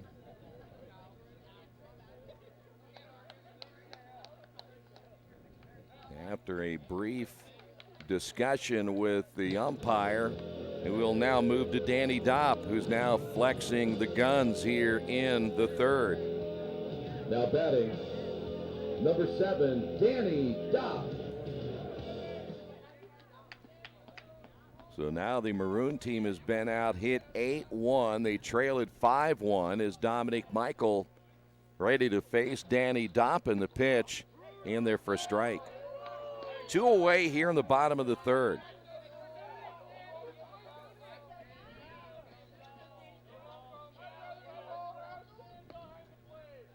The 0-1 pitch on the way, just inside. That'll even the count, 1 ball and 1 strike.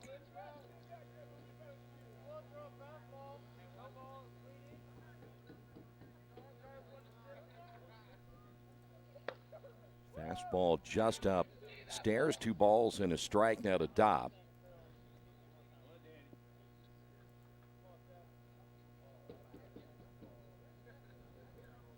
Although the Quakers during the regular season 7-3 as that one is fouled back. We'll go to 2-2. They were about ready to play their final series at home before heading to Florida.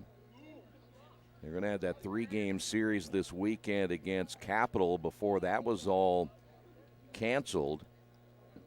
And then would go to Florida for a few days before coming back, getting ready for conference play. And, oh, my. 3 balls and 2 strikes, and that looked like a strike as Whistle was ready to head off as well. Now, remember, Krumloff was a catcher. He was not even close to being an umpire, but you think he'd know the difference between a ball and a strike. 3-2. He has had a rough afternoon. If anybody's struggled, it's the umpire, Cody Krumloff. Here's the pitch on the way by Michael, and got him on that one. Left no doubt about it.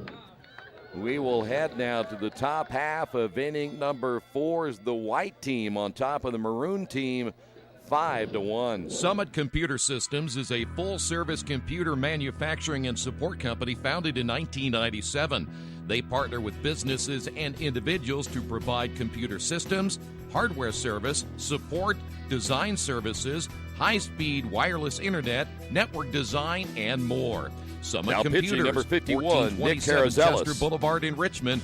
Give them a call at 939-2120.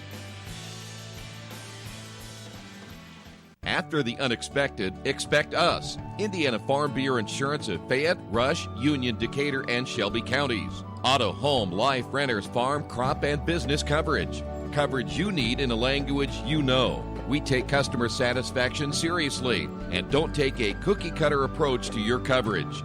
For more information, call 800-723-3276 or go to their website, in.farmbureau.com.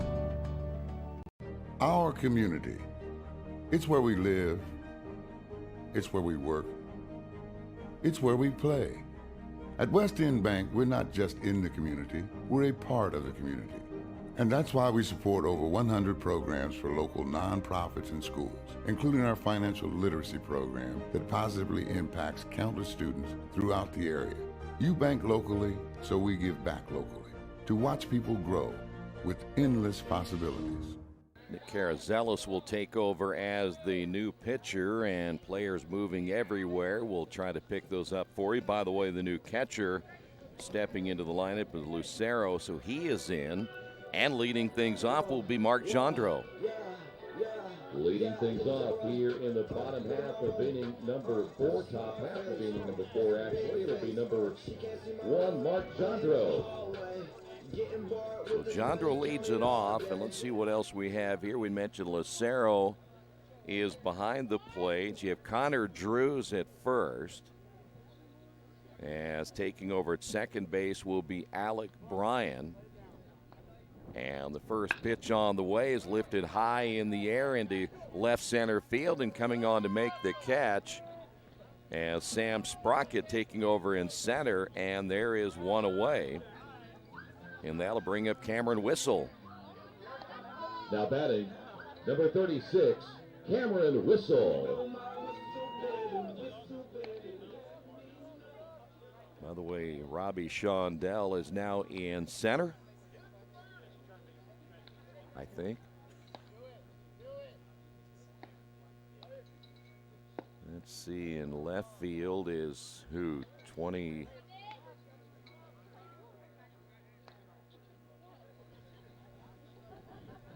1 ball and no strikes as we'll try to identify. That one's hit back up the middle. The shortstop is there. Throw to first and digging it out at first base. Nice play by Connor Drews. And there's 2 away. We've had very few balls hit in the infield here today. Looked like that was Christian Lanchinaise to make the play, and with 2 away, this is going to be Brian Pinsura. Now batting number 4, Brian Pinsura. Brian trying to look like Danny Dopp as he too has now decided to sport the sleeveless. Swing and a miss, no balls and a strike. 2 away here in the 4th.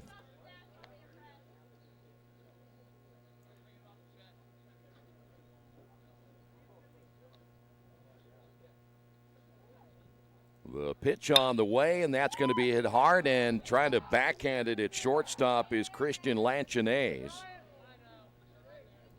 But a runner on here in the 4th inning. And now for the Maroon team, here's Jordan Kuderer. Now batting number 31, Jordan Kuderer. That is only the 2nd base hit so far today for the Maroon team as that pitch is outside for a ball.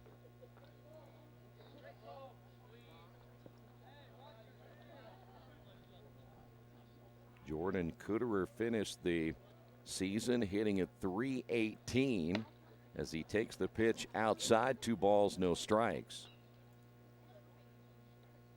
Mark Jandro ended up at .341. Brian Pinsura, .346. Kuderer at .318.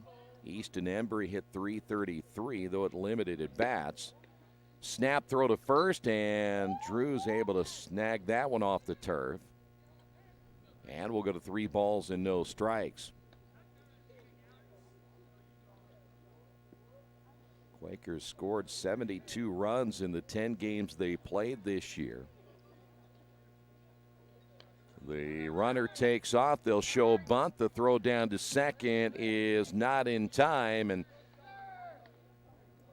now a runner at second base. If that was not a strike, we're at a 3 balls, no strikes now to Kuderer. They're going to say it was a strike, 3-1.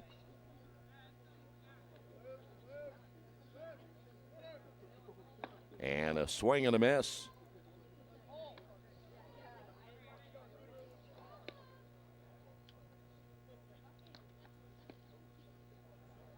Kuderer had an outstanding year, 8 runs driven in, which was second on the team, and he will take a walk there. So now runners at first and second for Austin Hatfield. Now batting number 17, Austin Hatfield.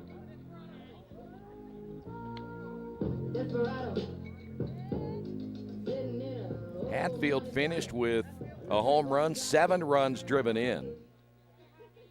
One of 4 players on the early portion of the season who ended up with 10 hits.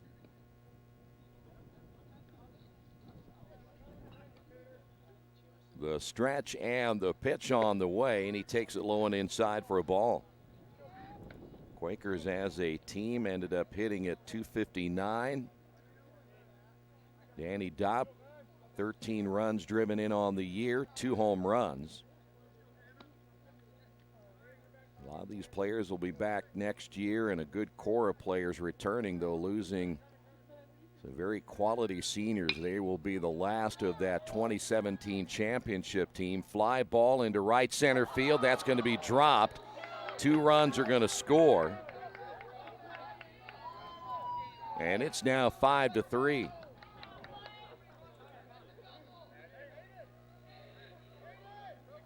So the Maroon team coming back would have been the final out of the inning. But the center fielder, Robbie Shondell, unable to make the catch. And that'll bring up now Andrew Bradley. Now batting number 30, Andrew Bradley.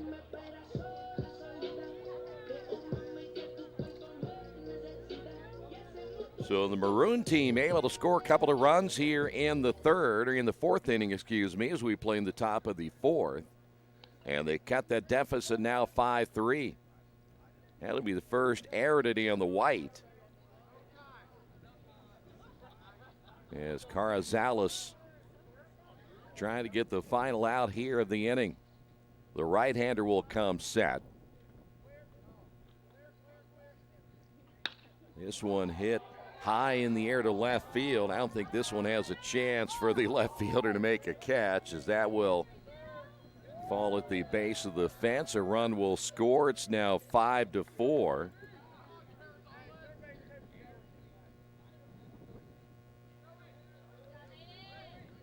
And now for the Maroon team, here's James Grace. But Joey Gerbis will come in and pinch run down at second. Now batting, number 29, James Grace.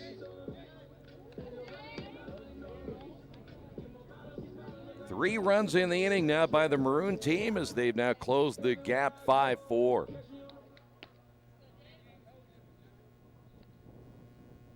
Still trying to identify the left fielder's. Gerbis gets a huge lead. Bunt by Grace. It gets away from Lucero. The throw to third, and the third baseman, Isaiah Shake, was not in position. The throw home, and we're tied at 5 apiece.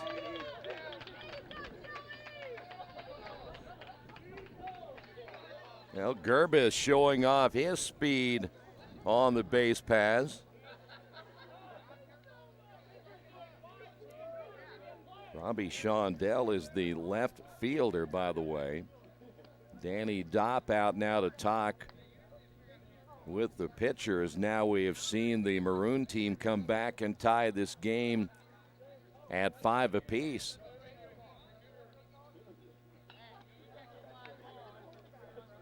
Well, this time now the white bullpen letting them down, as now, of course, their defense hasn't been real strong here either. You had the error in center field that cost him a couple of runs, and Zach Brake will come out and also bring some water with him, as they'll try to tap down that mound a little bit more, make sure that it is suitable for Carrizales.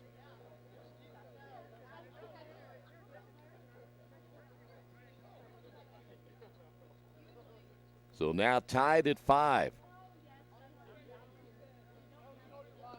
Couple of errors in the inning now by the white, and here we go as the right-hander's first pitch is low for a ball.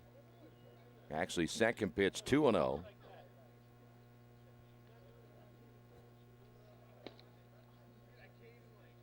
Grace out of Mason, Ohio, gets backed off the plate by Carrizales. We'll go to 3 balls, no strikes.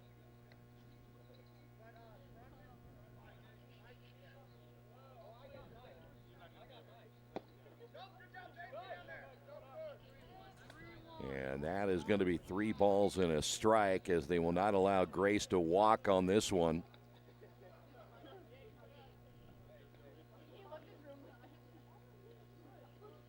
The pitch on the way is grounded in the hold, and making the backhand play, the throw to first. Grace will be safe there. So a runner on base, and now a chance here for the Maroon to rally back and take the lead. Here's Sam Sprocket. Now batting, number 22, Sam Sprocket.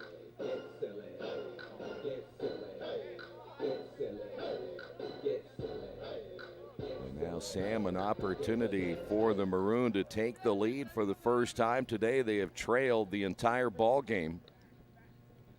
But now the 4 runs in the inning, and that pitch is out of the strike zone, 1-0.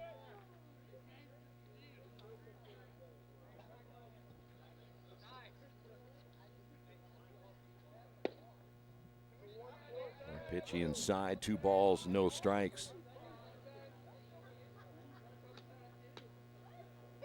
Grace will stay in as the runner down at first base. Now the pitch on the way, hit well into left. Shondell makes the play, and that'll do it. We will head to the bottom half of the fourth inning. 4 runs on the board. Couple of errors by the white team.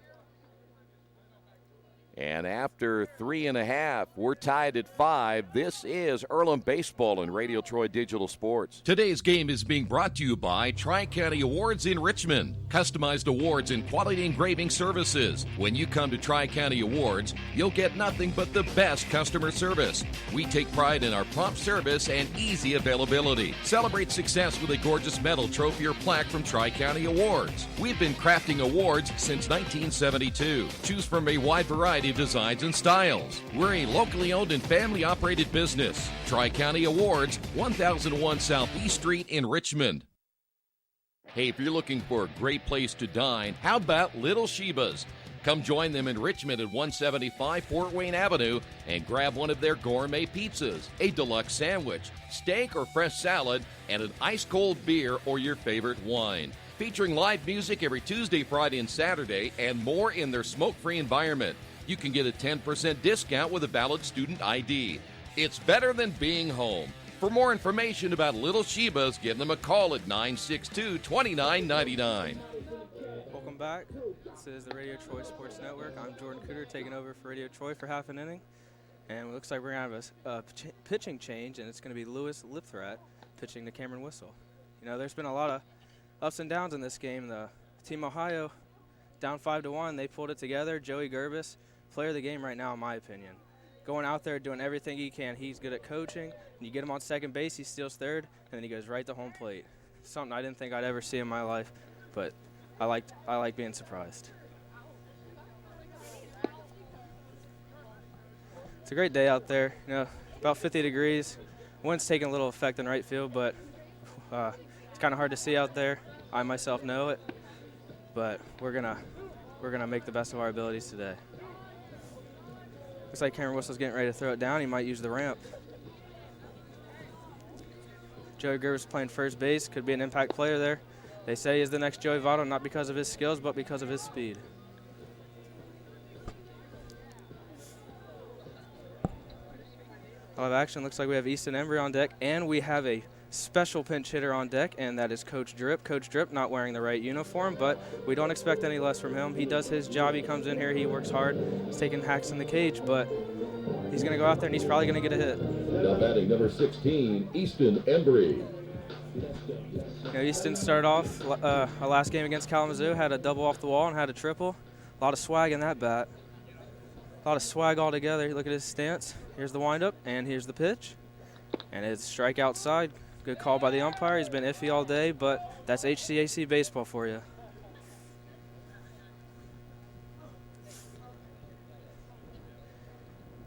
Lewis winding up with his mixed stirrups, and here's the pitch.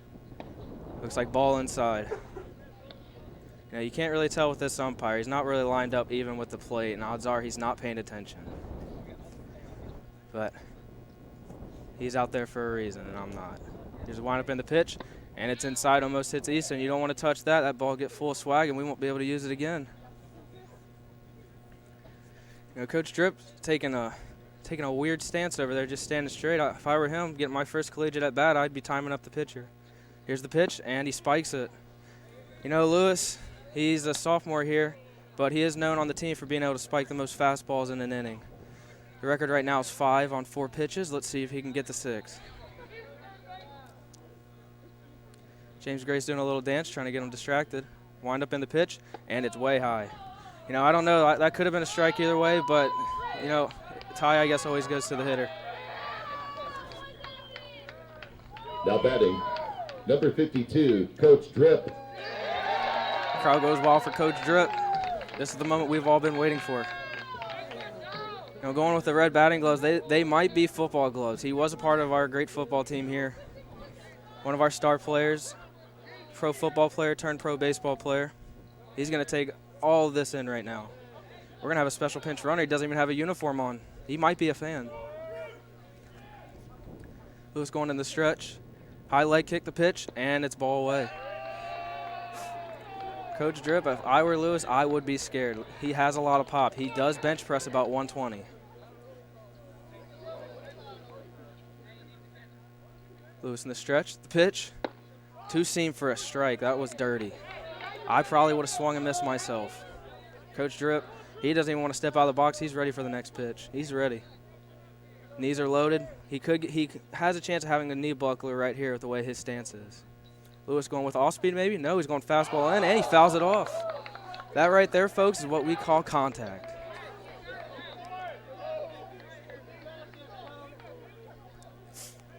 Drew Bradley had to even give Coach Drip some appreciation right there. I don't think we thought what we were going to see today was happening. Alec Bryan, as usual, talking to the fans. And he picks him off. Ooh, he almost got him. You know, if Joey's paying attention, he could have put a good tag on it. But Joey being the guy he is, he probably doesn't even know where he's at right now. Lewis gets a sign. He's ready. Hats down. Here's a leg kick and the pitch. Oh, and look, he fouls it off. This might be one of the greatest at-bats I've ever seen at Sadler Field, folks. You know, Coach Drip coming in here, we didn't know what to expect from him, but he said, give me the bat. I am the next Bo Jackson. And he's proving it each time he steps in the box. And Chief's taking off. Strikeout, and it's going to be a throw him out if he gets there. Nope, Chief has his long legs, took 2 steps, and he's at second base. He's going to third. He ain't stopping, folks. Mark Jondro putting everything he's got in that throw. And, oh, James could have had it, but now he's safe at third. I think first to third, Chief might have took 3 steps total. Now batting, number 14, Connor Drew. You know, Connor Drews, he was voted best on the team to bring his dogs to the game. He has 2 nice collies, and they are beautiful dogs, folks. If you would ever see a dog in the Westminster Dog Show, I would put his dogs up there. Zach Brake looks like he's bringing the infield in, and I would too. There's a lot of speed on third base. You don't want this run to get in there. This is a big run. Lewis taking the pitch. Connor Drew, stride, and it's a ball outside. No, it's a strike. No, I couldn't make my mind up about that one either, folks. I don't think the umpire knows what he's doing. He has a number, so he might be one of the players, actually. We are down on budget.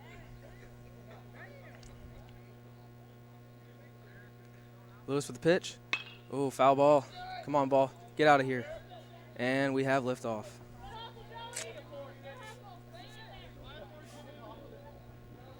You know, Connor Drews, he might be one of the greatest people I've ever sat next to in class. The amount of TV shows we watched before class on his iPad, phenomenal. I've watched a lot of great cartoons, mainly South Park. Connor with a stance, calm. Lewis, strike, nope, outside ball. You can hear Coach Crumlaw saying up and out, but I don't know about that one. Connor is a decent height. That could have been right down the middle for all we know. 1-2 is the count. Lewis is going to take the pitch. Chief's trying to call him to balk. Nope. It's going to be a base hit, and Connor's taking off. Look at all that speed, folks. He could have had a chance to throw him out at first, but Connor's too fast. That will be a run for Chief. That is his first collegiate run. And now we have Devin Baisley up to bat.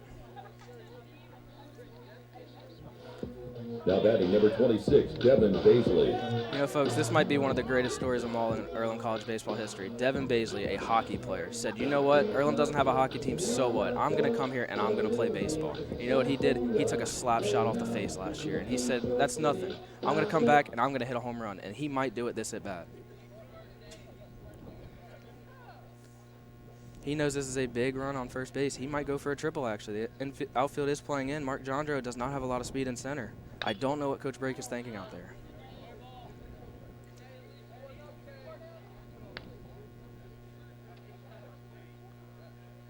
I would like to give a shout out to my dad. I'm sure he's watching right now at work. Dad, if you're watching, please don't watch because you drive for a living.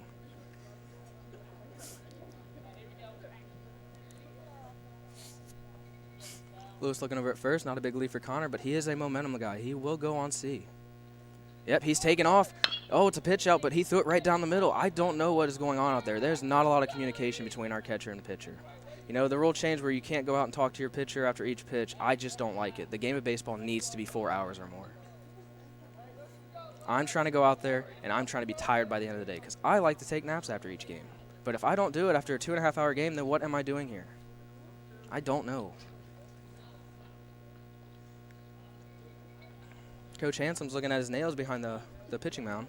Lewis is going to pitch. Cameron Whistle's ready for the throw. He's stealing, and it's a pop-up. That might be Tyler Netzley going after it. He is a pitcher turned shortstop, and he makes an error. No surprise there. He has not had a lot of work at short this year. And Aiden Tillerick using that cannon. He's going to throw him out of the plate, and he's out, folks. What a roll. What a roll. What a throw by Aiden. That's, as Coach Sack always said, it was one play ends and another begins. And Aiden was there from the beginning. He said, I'm going to make every most of my opportunity out here. I'm going to have fun. I'm going to say hi to my fans, and I'm going to make a throw to the plate. He knew exactly what was coming. And the dugout looks upset over there for Team World. I would be too. That is not great coaching. I don't know what coach over there is thinking sending his runner like that. You got to know your outfield situation. Aiden has a cannon. Now batting number 39, Christian Lanchonnet. Christian, there's a lot of people that get confused with him because surprisingly to most, he has a brother, and it is a twin. I can only tell because Christian separated his finger the other day, and I can only tell who it is by yelling, hey, which one of you has a bigger finger than the other? And he points him to himself, and that's how I know who it is. 0-1's the count. He swung and missed. I think I wasn't paying attention on that one. 6-5 game. D-Town's taking a lead at second. It's a big run out there. This could change all the momentum to Team World. You got Zach Swearingen taking left-handed cuts over there. He might go up there left-handed. He has not been hitting well right-handed. He might be changing it.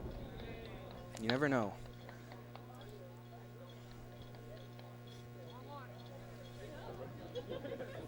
Christian, his school shut down, and I can relate to that because the local Skyline in my town shut down right around the same time. So I do feel his pain. But our new Skyline opened not too long ago, so it made up for it. Lewis striding. Here comes the pitch. And strike two. Putting a lot of steam behind that ball. That might have reached 80.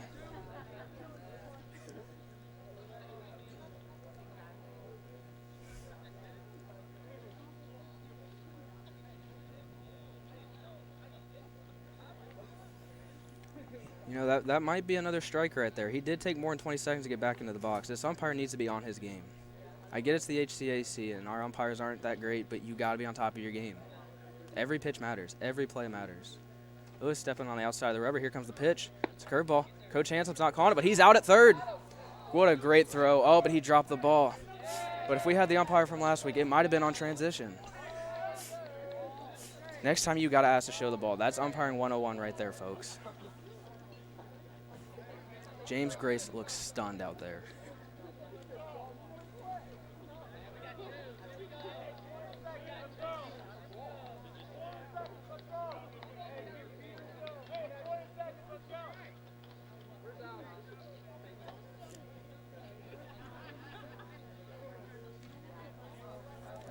I don't know if that was a strike or a ball. I did not see a sign from the umpire. Usually he's behind the plate, but he forgot his equipment at home, and he said, I'm going to take it behind the mound. And I don't blame him. It's very dangerous behind the plate. You never know what you're going to get with our catchers. Setting up outside his camera. He's 1-1 knee. Lewis with the pitch. Oh, high and away. Oh, nope, sorry, high and in. You do not want to give up a walk to Christian with Zach Swearingen on deck. He is swinging left-handed. A righty-lefty matchup is crucial in this situation.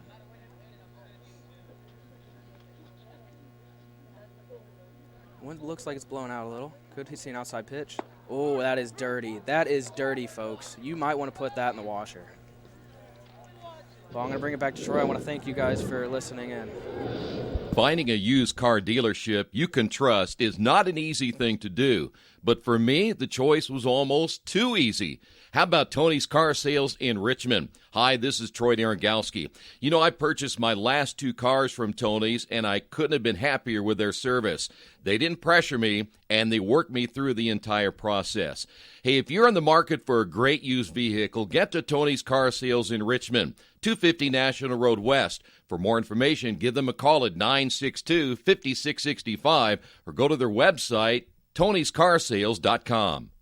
New Vision Sports is a program that will focus on the training and improvement of the serious-minded athlete. It includes all ages and skill levels. They'll create a customized workout plan to provide an ongoing motivation and support program that'll help you achieve your training goals. There are 3 reasons to train with New Vision Sports: variety, specificity, and accountability. New Vision Sports. Give them a call at 977-5831 or or go to their website, newvisionsports.com. That's New Vision Sports with a Z.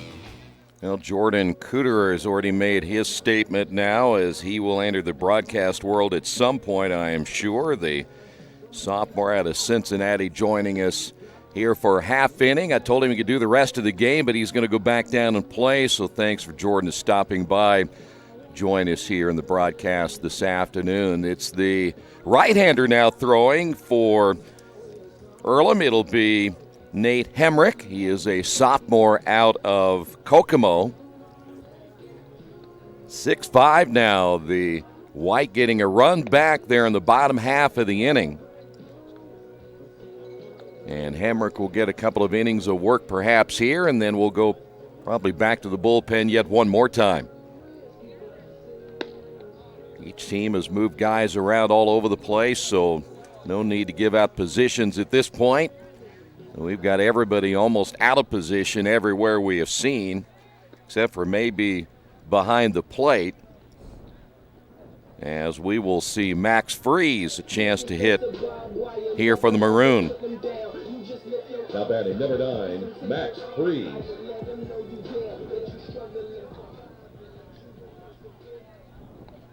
Six runs on 9 hits today for the White team, as Freeze will swing at the first pitch and foul it away. And it'll go to no balls and a strike.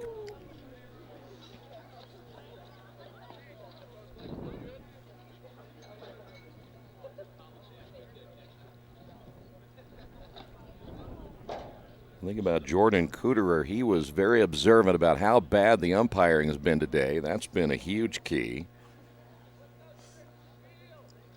Krumloff still out of position behind the pitcher. There's a swing and a miss. It's always good to get a shout out to your dad. Make sure that he's not watching and driving at the same time. So good thing that Jordan cares about his dad. Here's the pitch on the way, and that'll be hit foul. No balls and 2 strikes to Freeze. Connor Drew still down at third base. It appears that Zach Swearingen has taken over at short. Hemrick will get the sign, and Brandon Lucero stays behind the plate. The pitch now to Freeze is grounded foul. And will stay at no balls, 2 strikes. For the Maroon today, 5 runs, 4 hits, 2 errors, 6 runs, 9 hits, and 2 errors as well for the White. Hemrick with the leg kick and the pitch got him going around, and that'll be a strikeout as Hemrick gets the first out of this half inning. And with 1 away, that'll bring up now Mike Medley. Now batting, number 13, Mike Medley.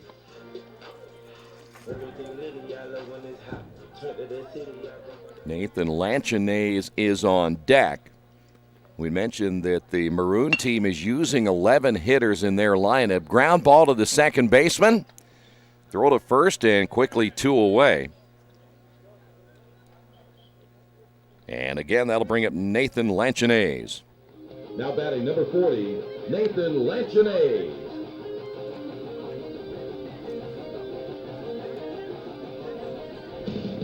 Nathan and Christian both transfers out of Cincinnati Christian.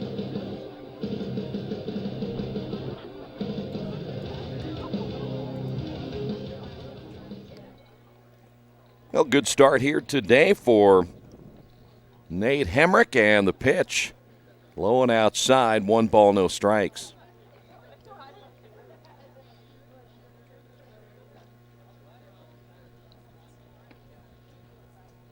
Top half of inning number 5, the White leading at 6-5. Hemrick's next pitch on the way is in there for a strike. I think Krumloff is getting bored now. He's just kind of hanging around. He was excited early, but now he didn't really care. Look at him, just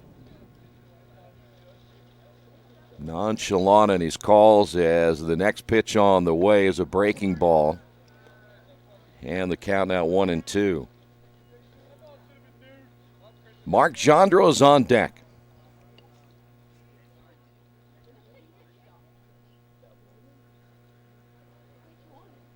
Here's the 1-2 pitch, and struck him out. 2 strikeouts in that half inning for Nate Hemrick.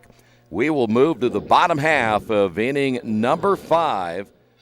6-5, Earlham White on top of this one. As an internet service provider, Parallax Systems offers reliable residential high-speed internet service and business service. With a fiber backbone reaching over 150 miles, we have created a multifaceted delivery system. Our dark fiber leasing has proved beneficial to public and private sectors alike. Parallax serves Wayne County and surrounding areas. Parallax Systems, when speed matters, a division of Richmond Power and Light.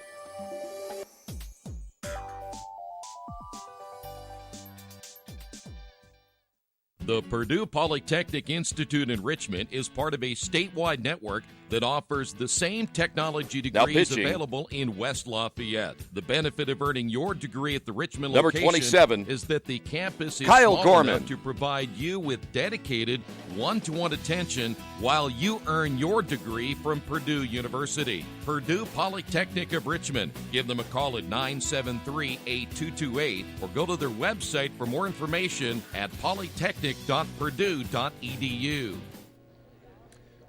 Well, Kyle Gorman will now throw for the Quakers. Gorman, 6'3", 180 out of Cincinnati, one of the 10 seniors, again, that were honored here today. See the line score, 6-9-2 for the white team. The maroon team had come back, tied the ball game at 5 apiece before the white picked up a run. In the bottom half of the 4th, the white team has scored in each and every inning so far here this afternoon, and they've regained the lead now at 6-5. Whistle stays in behind the plate. There'll be other changes in the field for the maroon team. We'll try to pick those up as we go, and looks like we're going to see Sean Dell is on deck. Looks like McCabe is there as well. They'll be the first couple of hitters we'll see against Kyle Gorman.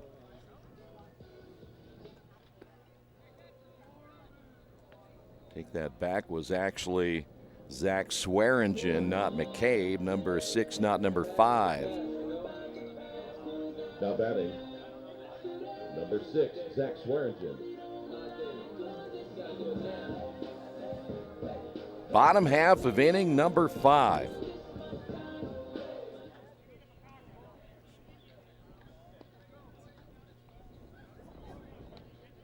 Swearingen really crowding the plate from the right side as Gorman set to throw in the pitch. He'll bunt it right back to Gorman, comes off the mound. The strong throw get him at first, and there's one away.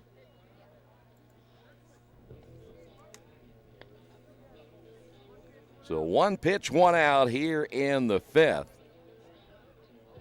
And that'll bring up now Robbie Shondell. Now batting, number 25, Robbie Shondell.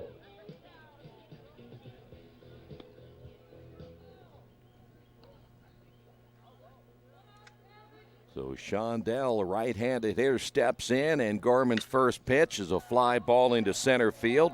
That's going to drive the center fielder back, cannot make the catch as Mike Medley unable to get to that one, and heading to third and heading home. He's going to try for the inside the park home run. Nope, Shondell back to third, and he's going to get thrown out. Shondell got greedy and got thrown out right there, picked up the 10th base hit of the ball game. But he is thrown out down at third by Whistle, and now with 2 away, that'll bring up now Brandon Lucero. Now batting, number 11, Brandon Lucero. So now 2 away here in the half inning. By the way, score that a triple, as that one is hit foul, no balls and a strike. First triple of the ball game. We've had a couple of doubles. 2 doubles by Isaiah Shake to lead off this game in the early innings. Breaking pitch stays outside, and the count is even at 1 ball, 1 strike.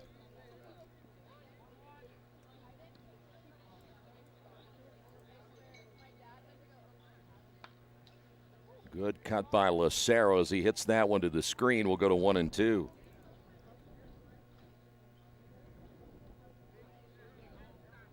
Maroon out hit in this one 10-4, but only trailing at 6-5. Swing and a miss, and that'll do it for the half inning. We will now move to inning number 6. Your score, Earlham White on top of this one, 6-5. This is Earlham Baseball, Radio Troy Digital Sports. For the past 35 years, Van Vliet Insurance has built a reputation of bringing a personal touch. That's because at Van Vliet, it's all about you, your needs, your life, and our town. Along with providing quality coverage to individuals, families, and local businesses, we're proud of our community and the opportunity we have to protect your future within it. Van Vliet Insurance, an Erie Insurance representative. Hometown professionals at work for you.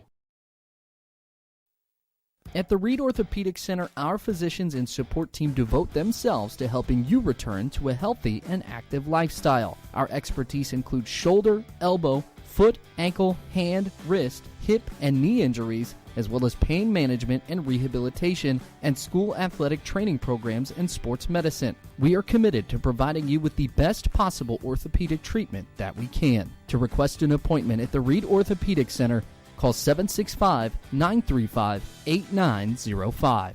Finding a used car dealership you can trust is not an easy thing to do, but for me, the choice was almost too easy. How about Tony's Car Sales in Richmond? Hi, this is Troy Narangowski. You know, I purchased my last 2 cars from Tony's, and I couldn't have been happier with their service. They didn't pressure me, and they worked me through the entire process. Hey, if you're in the market for a great used vehicle, get to Tony's Car Sales in Richmond, 250 National Road West. For more information, give them a call at 962-5665 or go to their website, tonyscarsales.com.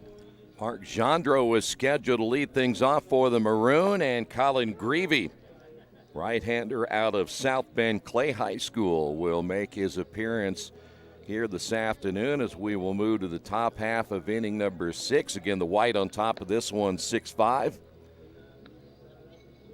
Mark will step to the plate, down by a run. Now batting number 1, Mark Gendro.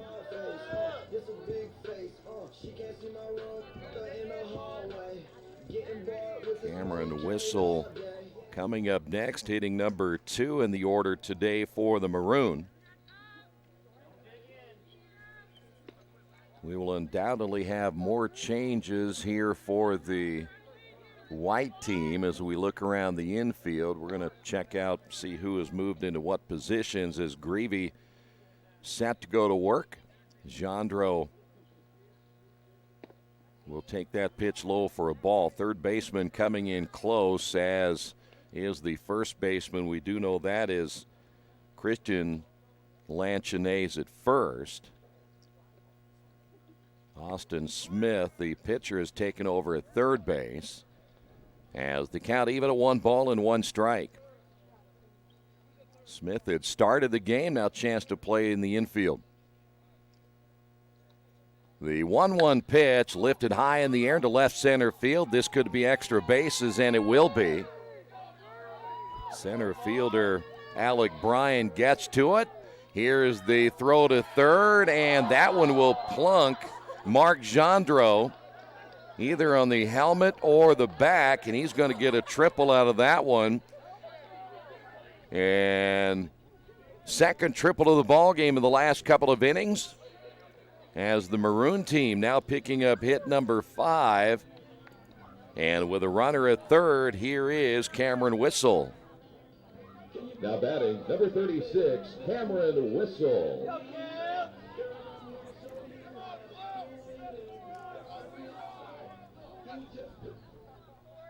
Gendro made up his mind before he even got to second base. He was going to shoot for a triple. So now Whistle steps in, the infield in as well, and the pitch in there for a strike. White team will try to cut down the runner at home if they get an opportunity and prevent the Maroon team from tying this game actually at 6 apiece. Here's the stretch by Greavy and the pitch, and it's up high for a ball. Still, the white team is out, hit the Maroon team 10-5, both teams with a couple of errors. Infield stays in the stretch, and the pitch on the way, and that's a called strike. A little late on the call, but it'll be 1-2.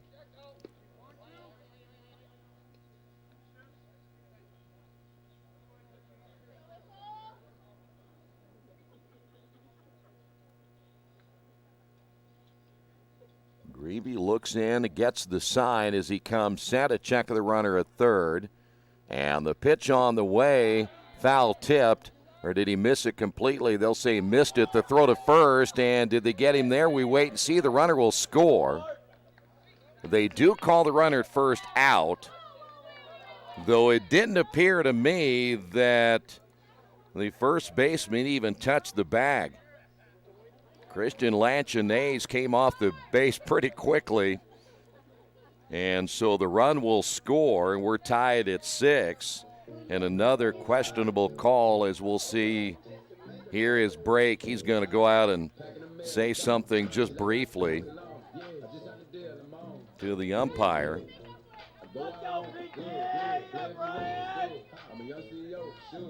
And that'll bring up now Brian Pensora, who we failed to announce him at the plate. Here's Greavy. We're more interested to see what the argument might be as that pitch is outside, 1-0. Whatever Brake said, it was very short, but still you look at the first baseman, Lanchonnaise, he was not on the base when that throw was made at first, as there's a strike. And the count is even at 1-1.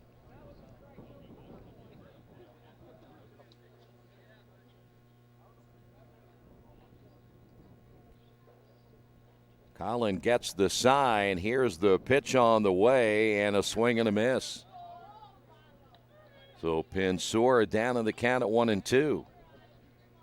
Easton Embry stays behind the plate. The outfield's going to play straight away for the right-handed hitter in Pensora. That pitch is up high, 2-2.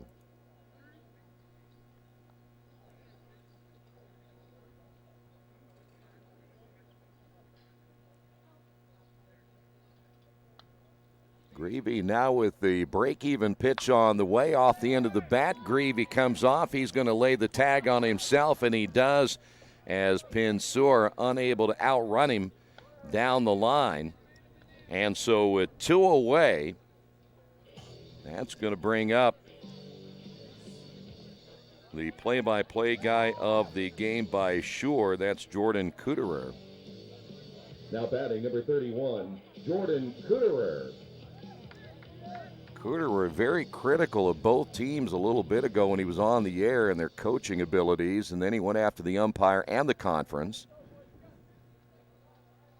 He labeled the HCAC umpires as poor at best, as this one is popped up to the left side. And making the play, but going down on the turf. Great play at the very last second to make the final out of this half inning. As Chance Strictly in at shortstop, we will move now to the bottom of the 6th inning. Maroon coming back to tie this ball game at 6 apiece. This is Earlham Baseball and Radio Troy Digital Sports. Dargy Repair Service is family owned and operated, and they work on every kind of vehicle and specialize in imports. You can count on Dargy to do repairs and service, big and small. Dargy does regular service to major repairs. They do everything for your car except bodywork and tires. Dargy is a certified TechNet professional auto service. Dargy Repair and Service, 1700 Northwest 11th Street in Richmond. For more information, give them a call at 935-2241. Big Boys Pizza is now open in Richmond. located at Now 1015 pitching. East Main Street, next door to the Civic Theater. The menu has great sandwiches, pasta, salads, and of course, pizza. Come dine in, carry out, or have your food delivered day or night, at home or at the office. Other locations are in Connorsville and Brookville. Bring in a sports ticket after any game and receive 10% off your purchase. Ticket must be dated for the same day as your purchase. Dine in, take out, or delivery, Big Boys Pizza. 765-488-0023. Joey Gerbis will take over for the Maroon team as we're tied at 6 apiece.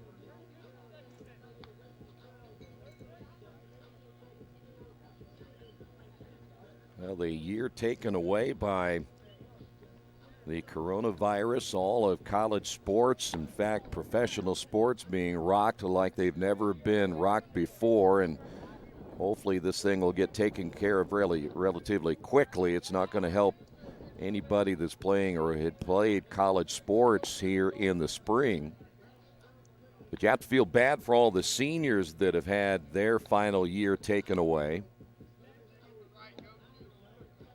We were at the Big Ten tournament yesterday when we got word that, of course, it was kind of odd being at the Bankers Life where it's 16,000 people and nobody was there except for the two teams at that time and some of the essential personnel. And it was very quiet when the announcement was made they'd shut down the Big Ten tournament. Everybody was in almost disbelief, and then the dominoes began to fall after that. Here is Isaiah Shake. Leading things off, number 33, Isaiah Shake. Now, Cooterer didn't name Isaiah Shake as his most valuable player, but Isaiah has 3 hits today, a couple of doubles. And he will be facing Joey Gerbis for the first time. And Gerbis' first pitch is low for a ball.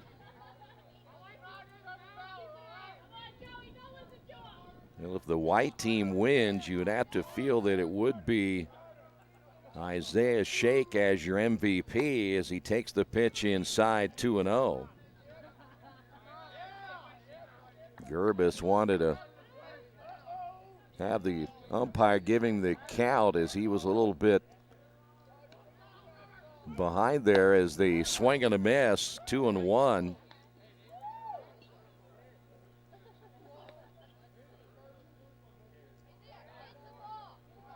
Bottom half of inning number 6 will play 9 today. That pitch now in the dirt, 3 balls and a strike.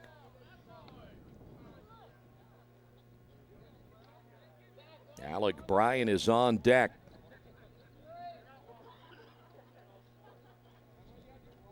Well, this Quaker baseball team, if they would have had the season continue, we were getting very, very close to conference play. We would have come back from the Florida trip, had about, there's a little chin music right there, and now runner on first base. Isaiah Shake has been on base all 4 times here today, and that'll bring up Alec Bryan. Now batting, number 2, Alec Bryan. So the Quakers were just a few days away from leaving for their Florida trip. They would have left Sunday after the final of that 3-game series against Capital. So now Gerbis has a runner at first base and Isaiah Shake. The stretch by the right-hander and the pitch is inside. 1 ball, no strikes. White team has scored in every inning except for the last inning, and then the Maroon team comes back, ties this ball game at 6. Shake will take off, got a great jump throw down to second, not in time. So a stolen base now by Shake, and he now represents the go-ahead run here in the bottom of the inning. And the count is even at 1 ball and 1 strike.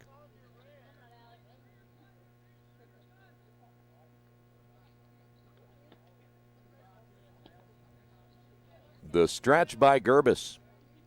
And the pitch inside 2-1.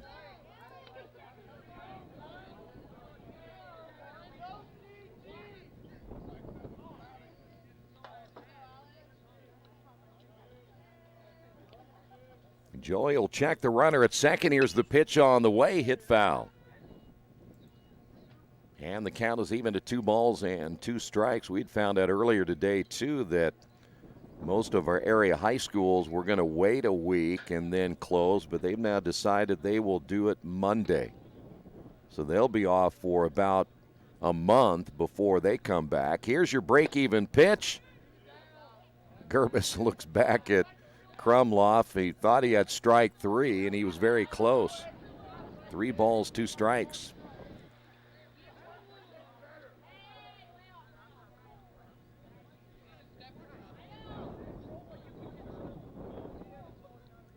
Here's the payoff pitch. Got him swinging.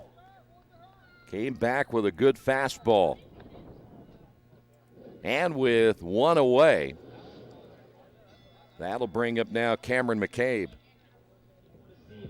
Now batting, number 5, Cameron McCabe.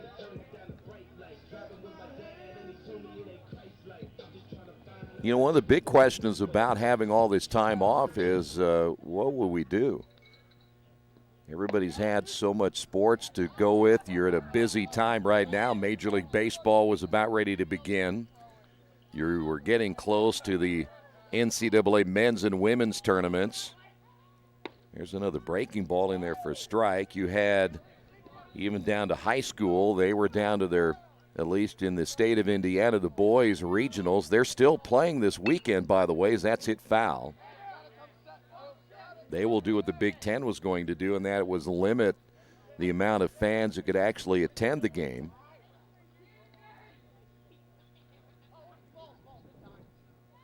But now with no Final Four or anything with March Madness to work with over the next 3 weeks, be curious to see what everybody will do with their time. They're so used to watching those games. That ball hit foul by McCabe.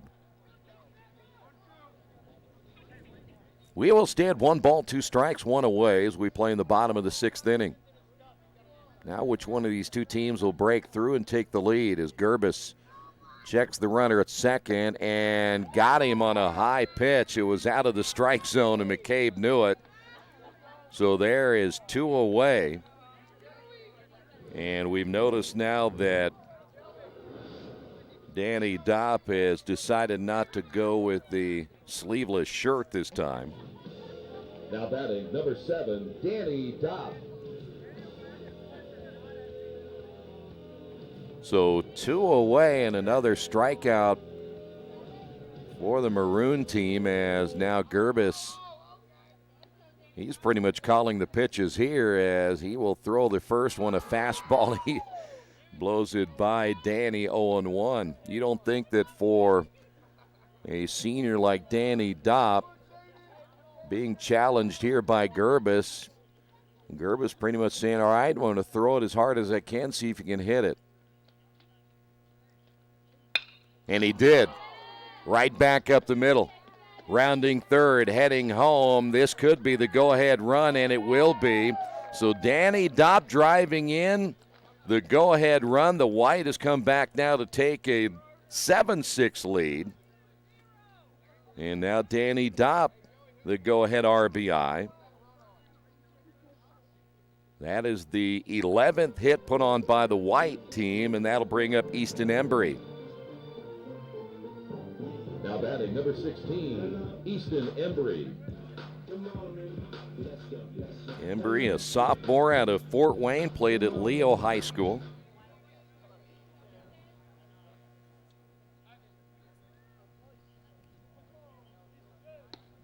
The pitch on the way is a fastball in there for a strike.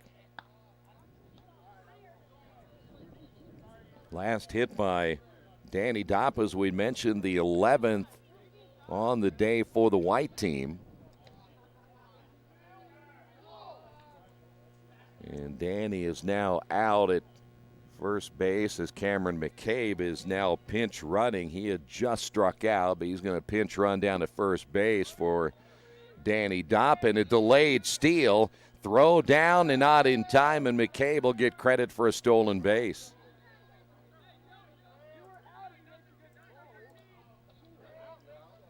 So no balls and 2 strikes as Easton Embry now has a little insurance run possibly down at second base. 7-6, White on top. Gerbis now would be the pitcher of record right here as that ball gets by whistle. That will be a passed ball as the runner will advance to third and the count will go to 1 ball and 2 strikes.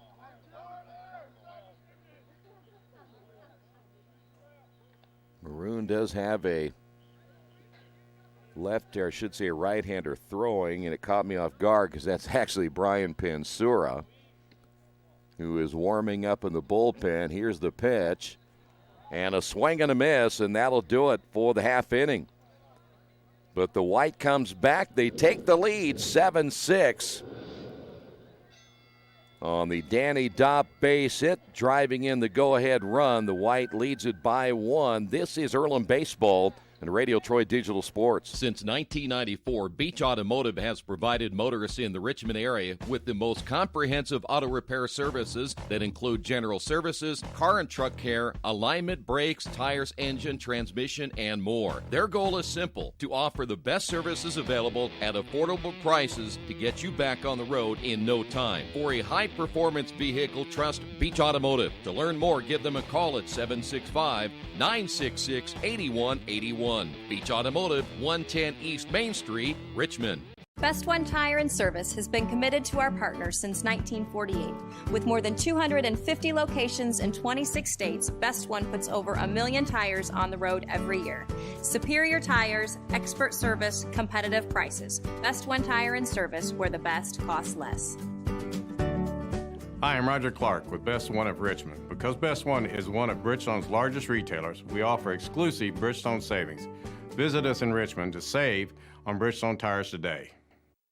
Kate's Cages is the #1 indoor training facility for baseball and softball in Richmond by far. With top flight instructors, you will learn how to play the game the right way. Everything from pitching, hitting, catching, and fielding. Kate's Cages will also have the opportunity to participate in triple play fall ball, the softball academy, individual and team camps, and individual private workouts. Kate's Cages Baseball and Softball Indoor Training Facility, 1366 Rose City Boulevard. Call 993-2353 for more information.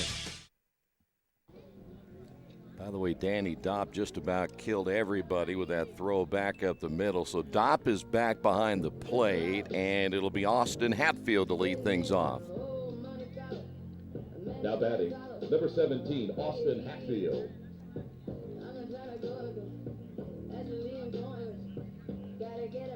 Colin Greavy back in for another inning of work here for the White team as the Maroon now having to come from behind once again, and the pitch is on the way, grounded to the third baseman. Throw to first is a low throw, unable to dig that one out. As taking over at first base is Nate Hemrick. That'll be an error. On the third baseman, looks like Lucero has taken over at third.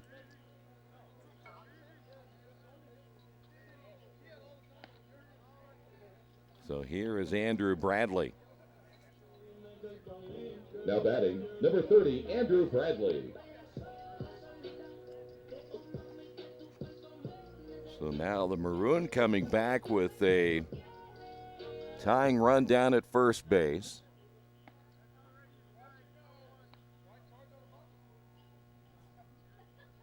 The stretch by Greavy and the pitch on the way, just off the outside portion of the plate, 1-0.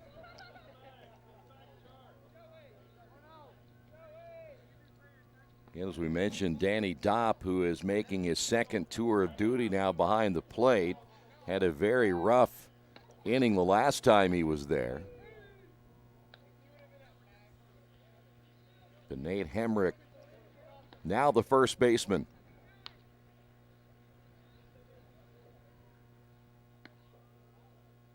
Another throw to first.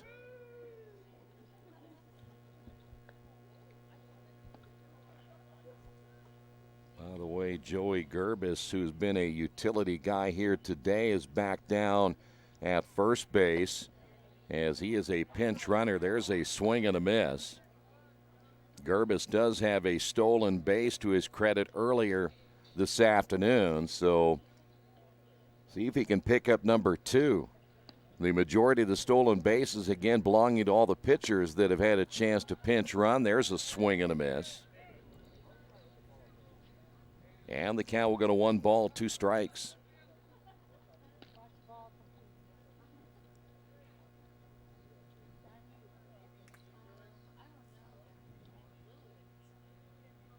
Greavy gets the sign from Doppel, comes set.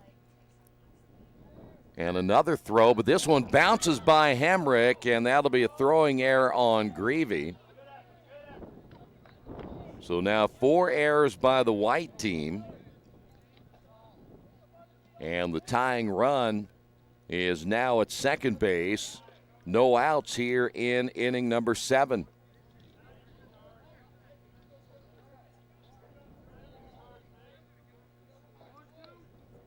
So now Greavy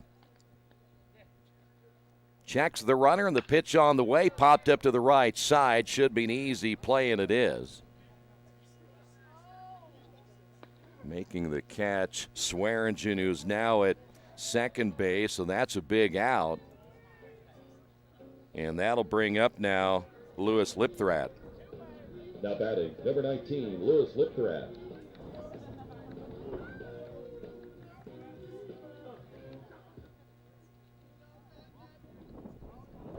Lipthrat getting a chance to hit here this afternoon. He is a pitcher, and now the sophomore out of Columbus.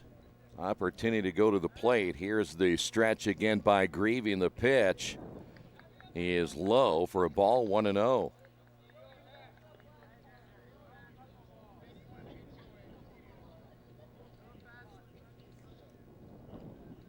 Maroon trying to tie the ball game. The pitch low once again. 2 balls, no strikes. Well, you would figure right here that Greavy would go right after Lipthrat, knowing that Lewis is,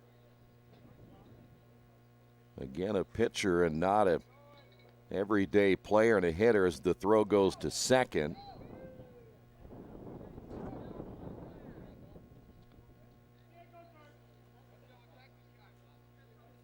Two balls and no strikes. Lipthrat back in as Greavy will come set. Here's the pitch on the way, hit foul. So Lipthrat up now swinging after jumping ahead of the count at 2 balls, no strikes.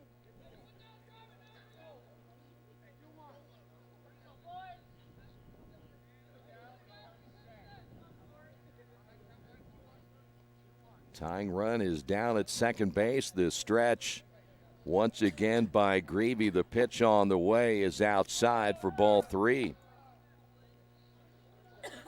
The Maroon has managed 6 runs on just 5 hits, but now 4 errors by the White. Greavy's next pitch on the way, outside corner for a strike, and Lipthrat will stay right there. He was ready to head down to first base.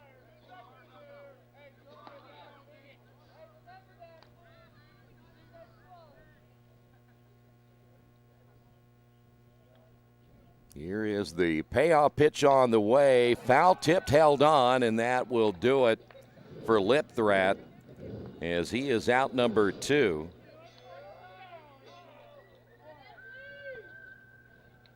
And with 2 away, Greavy set to go to work.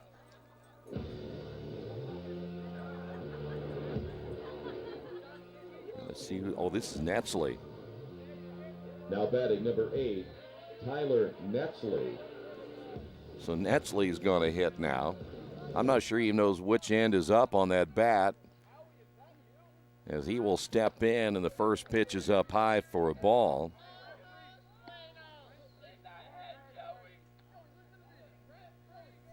So the Maroon now with the runner at second base, as Gerbis has not even attempted to try to steal third. He is still at second. Netzley now hitting from that right side, has an open stance. Runner takes off, and Gerbis not even close as Lucero lays on the tag right there, and that will do it for the top half of inning number 7. We will head to the bottom half of the 7th. The EC White on top of this one, 7-6. This is Earlham Baseball and Radio Troy Digital Sports. At First Bank Richmond, we provide you with an excellent banking experience. Whether it's personal checking, savings, mortgage loans, consumer loans, retail lending, or trust and investments, you can count on First Bank Richmond. First Bank Richmond has been serving the Richmond area since 1887. For more information, give them a call at 962-2581 or go to their website at firstbankrichmond.com. Georgia Direct is your one-stop source for floor coverings and decorating ideas for remodeling a home, office, kitchen, or bathroom. Their showroom offers quality products from Mohawk, Shaw, Armstrong, Craft-Made, and many more. They proudly offer Richmond the best quality and variety of home design solutions at competitive prices. At Georgia Direct, their goal is to deliver an outstanding customer experience from selection through installation. Georgia Direct Carpets and Cabinets, 5200 National Road East, Richmond. Are you looking for the right place to work out? A place where you have several choices and can have fun at the same time? Well, that place is right here in Richmond, Family Fitness Works. Family Fitness Works has spinning, Zumba, kickboxing, core works, kick fit, body pump, body flow, and much, much more. And don't forget, Family Fitness Works also has Richmond's most extensive free weights and Nautilus in the area. Check out their website at familyfitness.com or stop by at 213 North 3rd Street in Richmond. By the way, Brian Pensor will be the new pitcher. Brian has gone to the lengths of putting on a fake mustache as well. He has kind of a Fu Manchu going. So he will come on and throw here in the bottom half of inning number 7 for the Maroon. And due up will be Colin Greavy, who gets a chance to hit. So the pitcher is also pinch running and hitting throughout the day here today. Leading things off, number 44, Colin Greavy.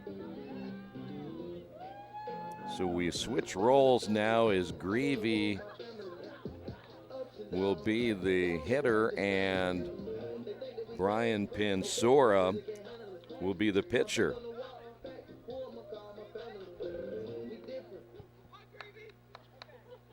I don't remember Pensor having the fake mustache thing going on throughout the year, but he's going to try it here today. So this could be an interesting at-bat as that first pitch is inside, 1 ball, no strikes. White team can build on a 7-6 lead. There is a left-hander throwing in the Maroon bullpen. That pitch is outside, 2 balls and no strikes.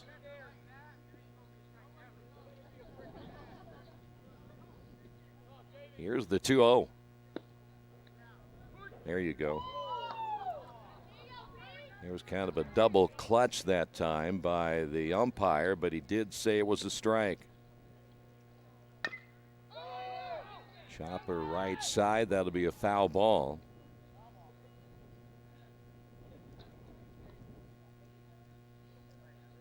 So the count is even at 2-2.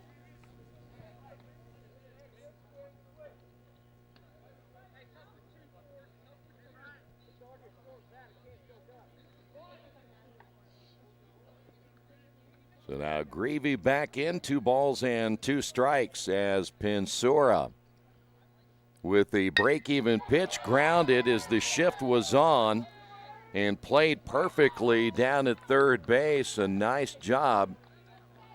As that's Lewis Lipthrat, I believe, isn't it? Number 17. Who was that who made the play? Was that Lipthrat? Yep, it was Lipthrat who made the play for out number 1. And that's going to bring up Austin Smith. Now batting, number 28, Austin Smith. So now 2 straight pitchers hitting as the pitch is outside for a ball. And Nate Hemrick is on deck. Well, you know these guys are borrowing bats. They don't have any of their own as that pitch is outside, 2-0.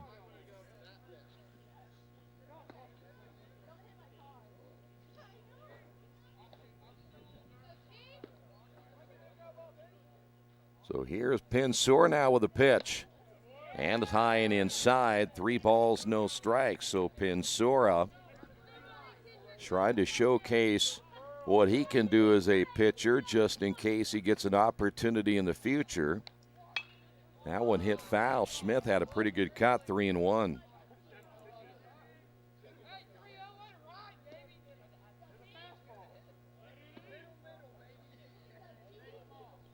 Pensor doesn't take a whole lot of time, gets the sign. Here's the pitch on the way and decides to throw it to the backstop. So undoubtedly a ball right there, and that'll bring up now Nate Hemrick. Now batting, number 41, Nate Hemrick. Nate probably hasn't swung a bat on a regular basis since he was in high school. He's out of Kokomo. 7-6 lead here as the white team trying to build on the 1-run lead. The pitch is outside. Pensora, after getting that first out, now struggling a little bit to find the strike zone. There you go. There's a strike, 1-1.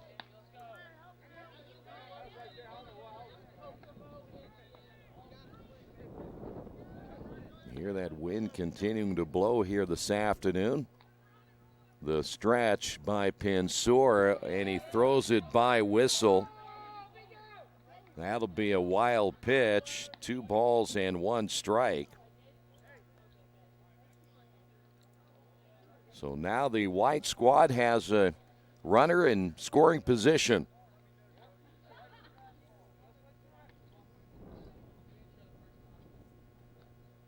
Pensor generally is okay up until he tries to throw that fastball a little bit too hard. He misses again inside. Hemrick backed off the plate. And we'll go to 3-1.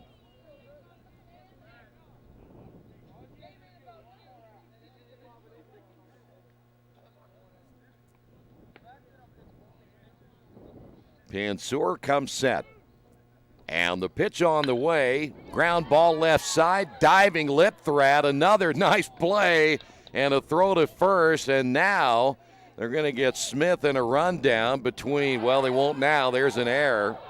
That one goes into center field and a run will score. And the White takes now an 8-6 lead.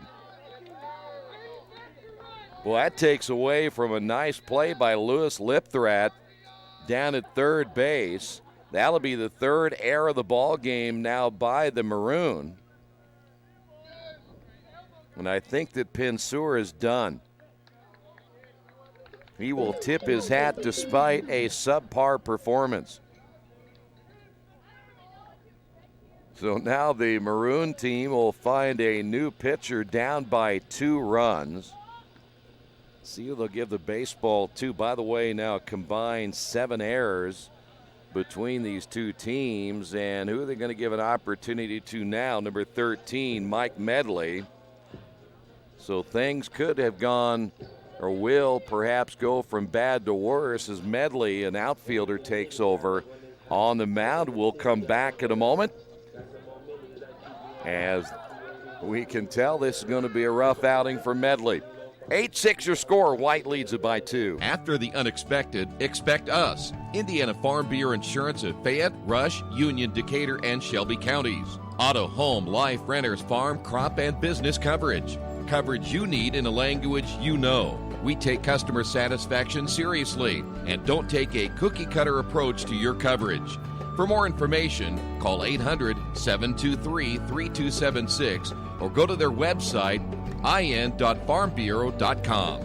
By the way, Medley threw one warm-up pitch. It wasn't even close, and then he signaled to his catcher, whistle, let's go, so he feels okay. As here is Nick Carazelis, who will now be hitting. So Medley's first pitch, official pitch, hit into right field. This is going to fall in for an extra base hit, possibly. Carazelis makes the turn. They're going to throw to second base, and I think he's safe. Carazelis with a double. Nick went the opposite way. And that'll bring up Chance Strictly. Now batting number 48, Chance Strictly. By the way, Medley doing a little manicuring there on the mound where he would step with that front foot, and apparently feels he knows enough about pitching to know what it's supposed to feel like, as he is blaming that last pitch that he gave up the double on that hole. So let's see what Medley comes up with, what excuse here. Here's the pitch. Oh boy, took something off that one and had Strictly way out in front.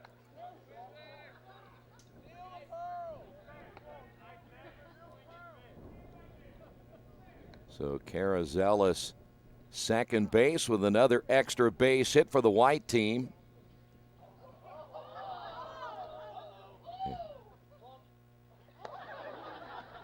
That breaking ball didn't break. 1 ball, 1 strike.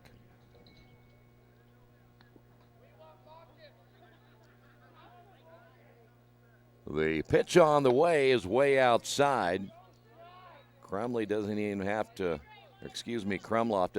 to look inside to see how bad that pitch is. It was so far outside. As the next pitch on the way popped up into shallow center, and the catch is made for the final out. Give Mike Medley a little bit of credit, though. He gets him out of the inning with the runner stranded at second base. We will head to the top half of inning number 8. The White continues to lead it 8-6.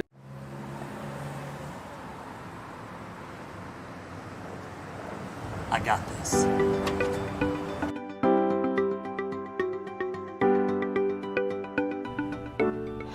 I got this.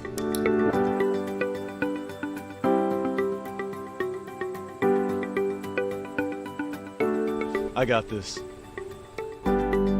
At Harrington Hogue, we believe your life belongs to you. That's why we work hard to make sure that your insurance coverage is the last thing you have to worry about. So when it comes to keeping you protected, We got this.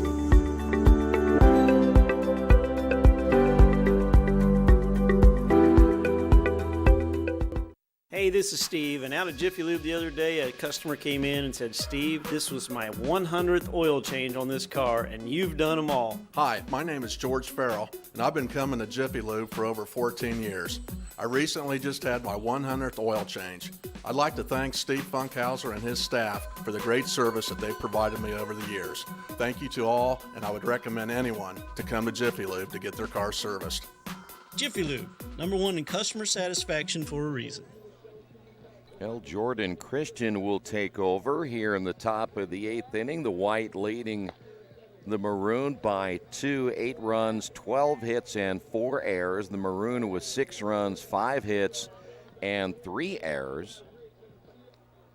Jordan Christian, the senior, will take over. And it looks like Tyler Netzley will get a chance to hit. Leading things off, number 8, Tyler Netzley. So here is Jordan Christian, a chance to throw, and the first pitch is popped up to the right side. And coming in to make the catch, Alec Bryan, 1 pitch, 1 out for Jordan Christian. And that'll bring up now Dominic Michael. Now batting, number 24, Dominic Michael.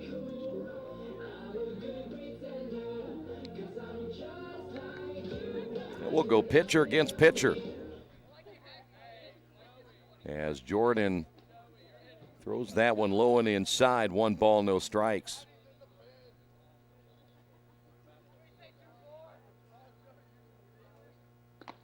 Back inside, that's a called strike. We'll go even at 1-1.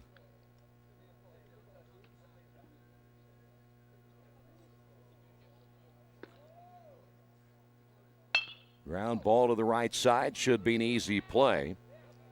Low throw, and that gets by the first baseman. Isaiah Shake playing at second base, Smith at first, and that'll be an error. That is error number 5 now on the white team. Take your pick, either the low throw or unable to catch at first base, and that'll bring up Joey Gerbis. Now batting, number 32, Joey Gerbis. I think that'd be an error on Smith at first.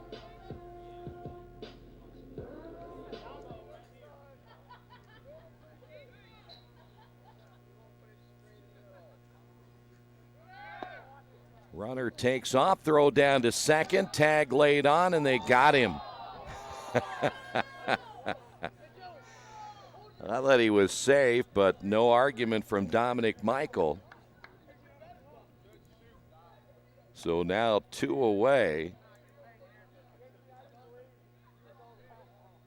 No balls and a strike now to Gerbis. So Gerbis now doesn't get a chance to drive in a run right here. As Christian's pitch stays inside, we're even at the count, 1 ball, 1 strike. There are right-handers throwing in both bullpens.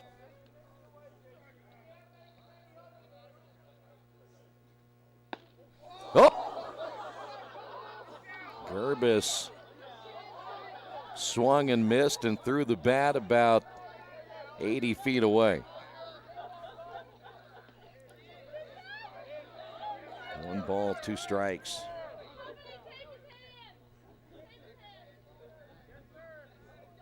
They will now tape the bat to his hands as Zach Brake will make sure it doesn't leave his hands again. Of course, now if he gets a base hit, he's going to have to run with it. And if he gets a double and has to slide, that'll be interesting. So Gerbis with hands taped to the bat.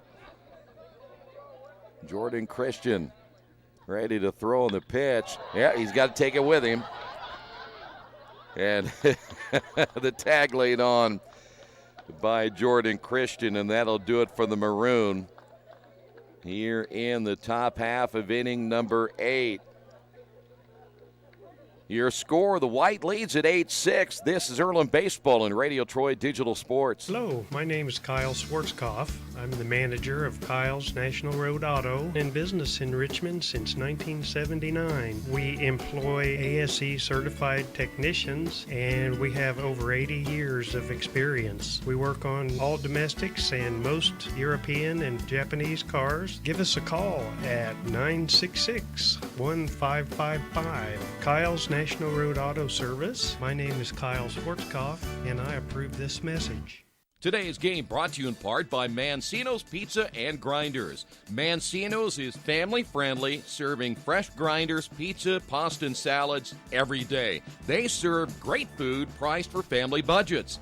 Mancino's Italian bread and pizza dough are made from scratch every day, and the baking process may take a little more time, but the end result of freshness and flavor make the real difference in all of Mancino's award-winning products. Mancino's of Richmond. Give them a call at 966-1166 or go to their website, mancinosofrichmond.com.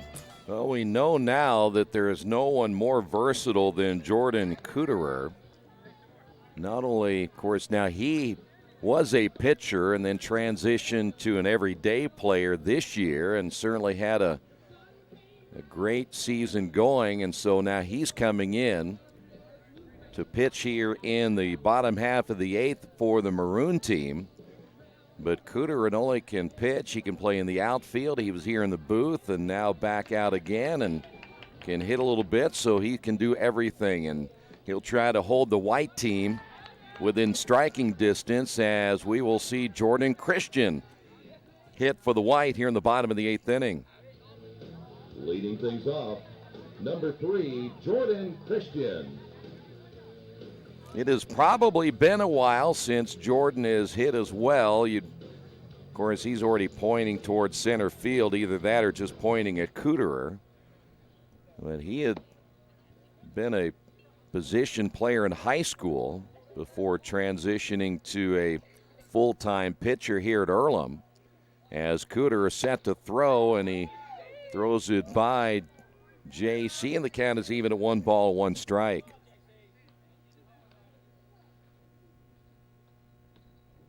Pitch is outside, 2-1. Maybe the Quakers can use Cooterer next year if they need a left-handed pitcher out of their bullpen. Popped up to the right side. This could be trouble down the line toward the warning track, and Grace absolutely blew that one in right field as JC will head to third. Now, he didn't touch the baseball, so Jordan's going to get himself a triple out of that one. And the white team now with 13 base hits.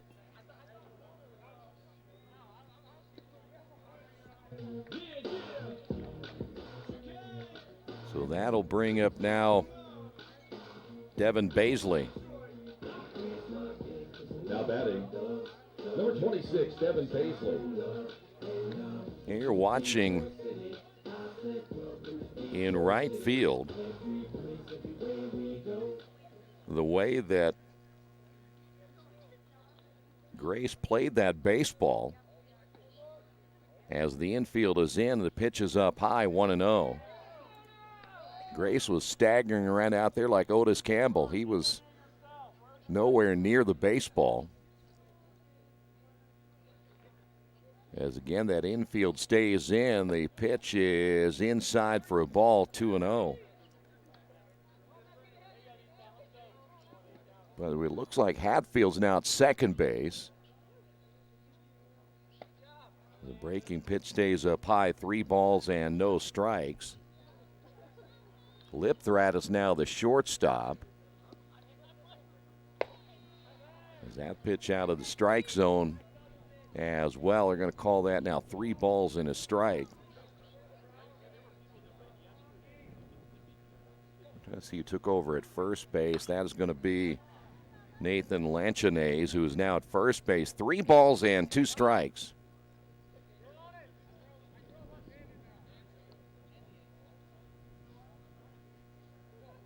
So Cooterer trying to come back here and get the out, and Baisley will foul that one away.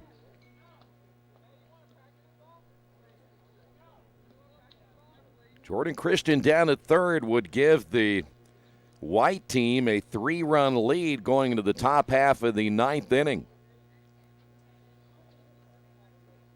That's why the infield in. They're going to try to cut down the runner. Here's the pitch on the way, and took something off that one and struck him out. Cooter with a nice pitch, and with 1 away. That'll bring up Connor Drews. Now batting, number 14, Connor Drews.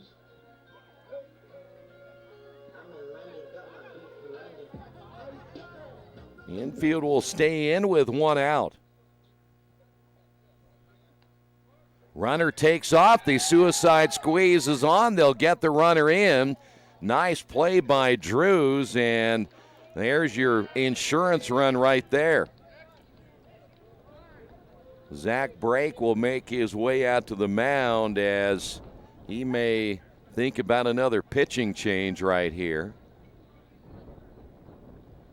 And that's going to do it for Jordan Cooterer. And yeah, the emotions are running high as Cooterer done for that half inning. He will make sure he gives everybody a thank you for giving him an opportunity. Even the umpire gets a little thank you there. The hug fest will continue as Cooterer is done for the day. And that'll bring in Mark Gendreau. Now pitching, number 1, Mark Gendreau. Now Zach Brake acting like Sparky Anderson with the quick hook. And that is it for the day. really, if you look at the way that Cooterer threw, he wasn't bad on the day. His defense didn't help him, and with the right fielder, James Grace, missing that opportunity to catch the fly ball in right field, Cooterer is done. We will see Christian Lanchonese. And I think that for Mark Jandro, he is ready to go. By the way, Nathan Lanchonese will be at first base. Grace is going to stay out in right field, and Hatfield will stay in at second base. So here is Christian Lanchonese. Now batting number 39, Christian Lanchonese. So Mark Jandro, junior out of Cincinnati, will throw here for the Maroon team in his first pitch. Way outside, 1 ball, no strikes.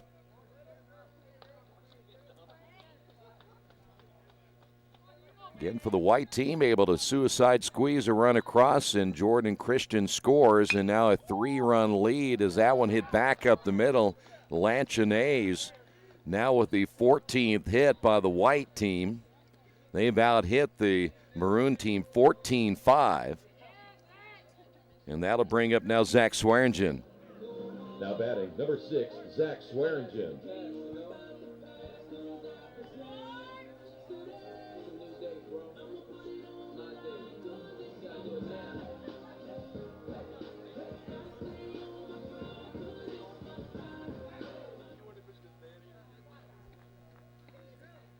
Christian Lanchonese will stay in down at first base as Mark Jandro set to throw, and a breaking pitch in there for a strike, and Swearingen kind of buckling up right there, 0-1. 2 away here in the bottom half of inning number 8. Now a 3-run lead. Hits him. So now runners at first and second. Somebody needs to tell Christian Lanchonese you can only get 1 on that, so he will head back to second base, still 2 away. As the white continues to try to add runners, as this will bring up now Robbie Shondell. Now batting number 25, Robbie Shondell.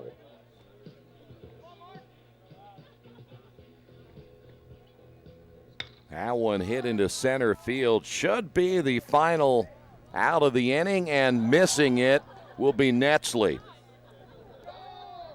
2 more runs will score. I'm not even sure Netsley even had the ball touch his glove in center, so we'll be kind enough and give a base hit. That way for Jandro, his ERA won't go up any further, and now it's an 11-6 lead. And that'll bring up now Brandon Lucero. Now batting number 11, Brandon Lucero.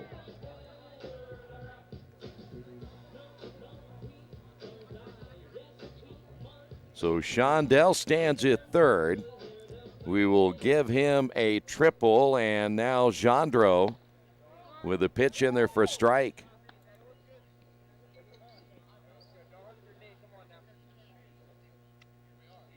Tough outing already for Jandro, but he gets ahead in the count at 0-2.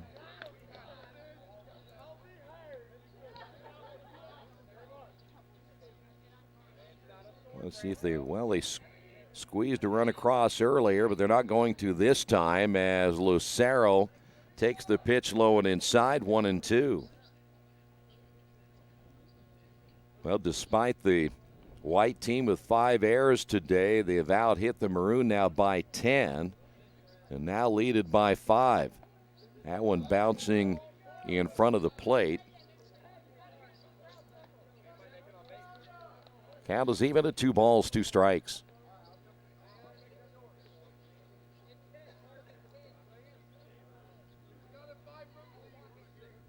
Here's the break-even pitch. That'll be chopped foul. And we'll stay at 2-2.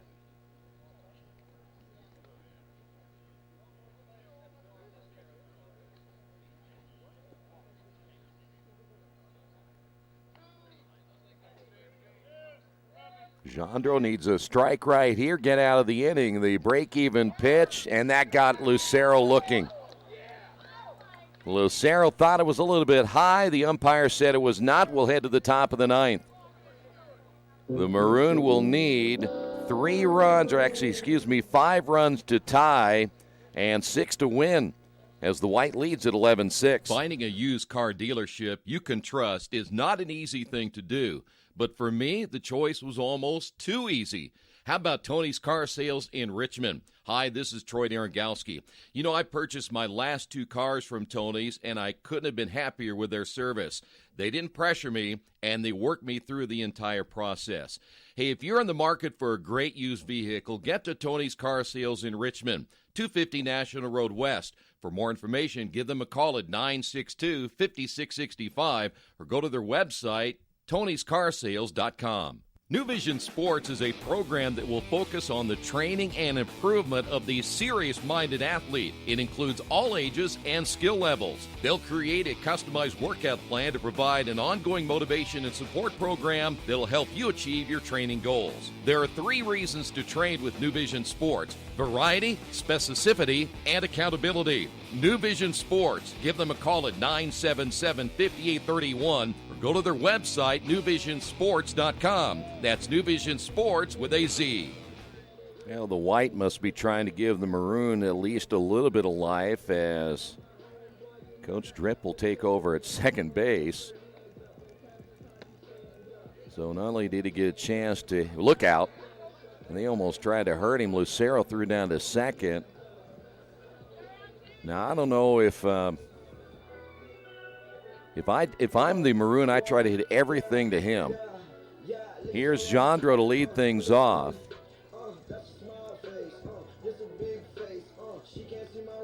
Does he know where second base is? Well, he knows where the base is, and I'm not sure that. There you go. Move him over. They're going to show him where to play. Here's Jandro. Oh, somebody's got to hit him the ball. Is Jordan Christian back in? Well, that one's hit up the middle. And that'll be a base hit. Number 6 is Mark. The throw to first, and boy, they almost got him right there. They threw behind the runner. And that'll bring up now Cameron Whistle. Now batting, number 36, Cameron Whistle. So now this is a golden opportunity for Whistle to pull the baseball and try to hit it to the second baseman. There's a swing and a miss.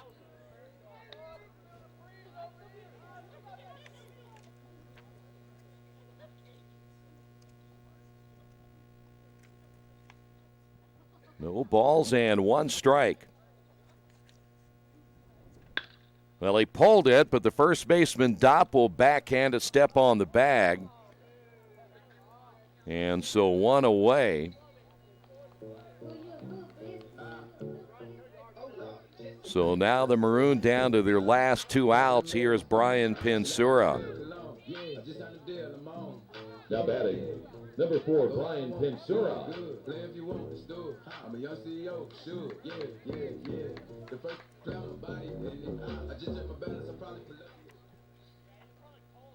Double play right here would end the ball game here this afternoon. Well, with double play would end it, though. Here's the stretch. We're hoping the pitch is low and inside, 1-0.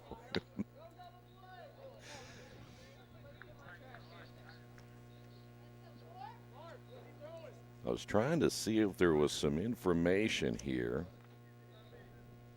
in our handy-dandy media guide. That'll be pulled to the left side. 1 ball and 1 strike.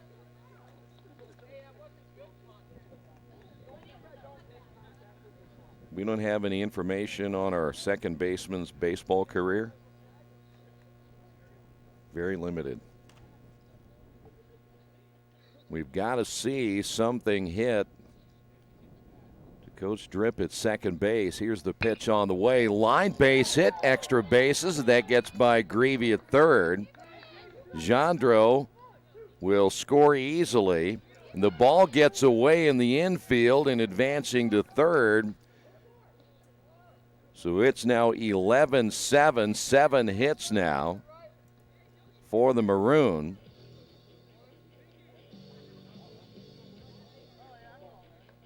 And that'll bring up now Jordan Kuderer.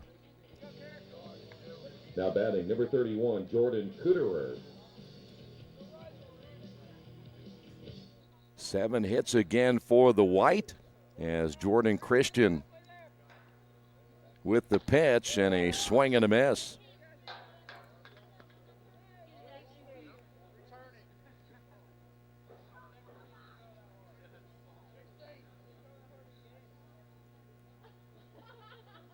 Jordan's next pitch on the way. That's in there for a strike, and Kuderer down at 0-2. Hey, coach knows how to back up at second base, though. That ball gets by Jordan Christian. You'll have a backup easily. Shortstop nowhere close. He's not moving. Here's the pitch. Swing and a miss, and got him. So 2 away. And now it's up to Austin Hatfield, but now a visit to the mound. Now batting, number 17, Austin Hatfield. I don't know if that's going to be it for Jordan. It looks like they are going to take him out of the ball game, and he will play. That's his final pitch as a collegiate pitcher. Everybody's hugging in the outfield, too. That's good. So let's see who's coming in next. Looks like it might be, at least Drews took the baseball. They're going to all hug again. Now they're going to give Greavy a chance to be recognized as well as another one of the seniors.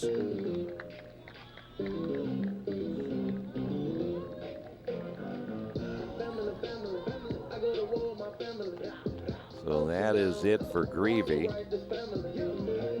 Smith will also leave the ball game. As we mentioned, you have Jordan Christian, Zach Brake, Danny Dopp, Colin Greavy, Austin Smith.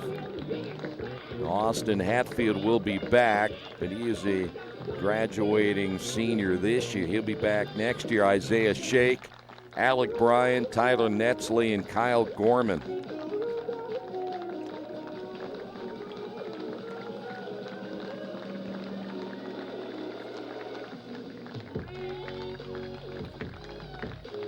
Well, unfortunately, the seniors unable to complete their season, but fun way to go out here this afternoon, Danny Dopp.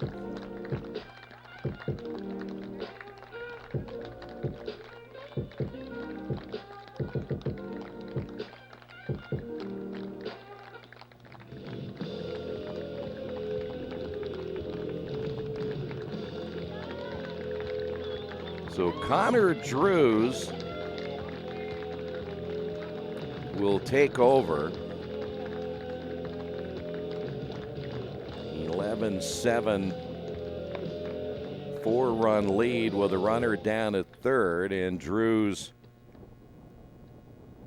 out of Noblesville, played at Brebeuf.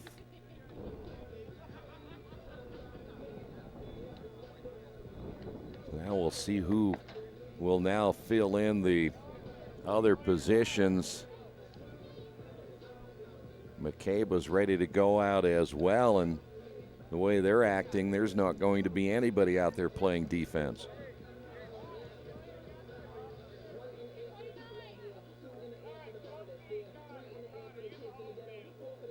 Grace is on the other side. He went to the other dugout as Hatfield back up. Well, right now they're going to leave it up to 2 defenders in the field, one infielder, 1 outfielder, and then a catcher. So right now it's going to have to be Connor Drews. Well, they're going to move him to first base. That coach is going to go to first. So there you go. But nobody to throw to him though. And now Drews will take over at third, or is he not going to take over at third? That pitch in there for a strike. 1 out remaining in this one. They'll shift to center field. Ball gets away, runner will take off, and that'll be a wild pitch on Drews, and it's now 11-8. 1 ball and 2 strikes. So the white team right now basically flaunting what they can do on defense as they think that Hatfield can't get the job done, and Drews will strike him out. And that's going to do it here this afternoon as the white team ends up picking up the win. Unless we're going to play another half inning. I'm not sure how this works. They are going out for another half inning. So we will take a quick break. Maroon trailing it by 3. As an internet service provider, Parallax Systems offers reliable residential high-speed internet service and business service. With a fiber backbone reaching over 150 miles, we have created a multifaceted delivery system. Our dark fiber leasing has proved beneficial to public and private sectors alike. Parallax serves Wayne County and surrounding areas. Parallax Systems, when speed matters. A division of Richmond Power and Light.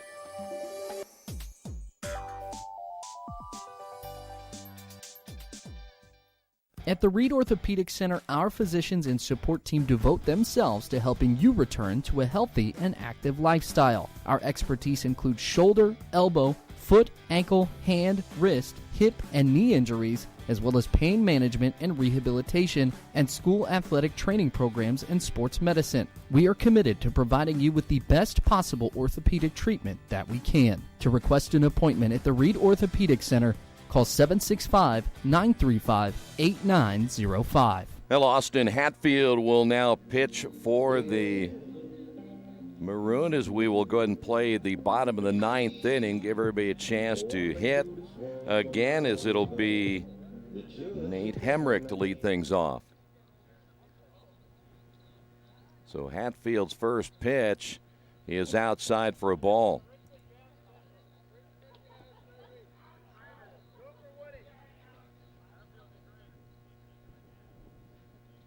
Hatfield's next pitch on the way, grounded back up the middle. How about Hemrick? 16 hits now by the White. And Hemrick back on base once again. And that'll bring up Nick Carazelis. Now batting number 51, Nick Carazelis.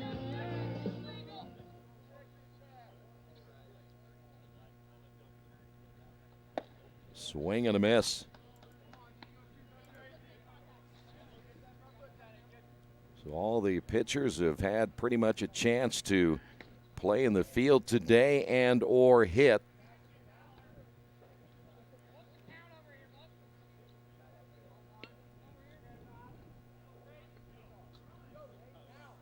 The pitch on the way, grounded to the right side. That'll get through. So now runners at first and second, 17 hits on the board now for the White squad. Coach Dripp will get a chance to hit for the second time today. Now batting number 52, Coach Dripp. Who, by the way, was the second baseman, moved to first base, and there was nobody to throw to him at that point. That pitch is in there for a strike.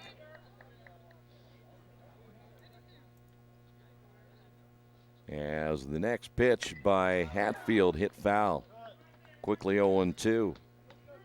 Coach Dripp has made contact both times he's been to the plate. As Cooter referred to him earlier, Bo Jackson. Here's the pitch. Swing and a miss, and that'll do it. Oh, they're going to let him hit again. He will get a mulligan here. So we're going to keep it 0-2. They want him to get on base right here as the pitch is inside. 1 ball, 2 strikes.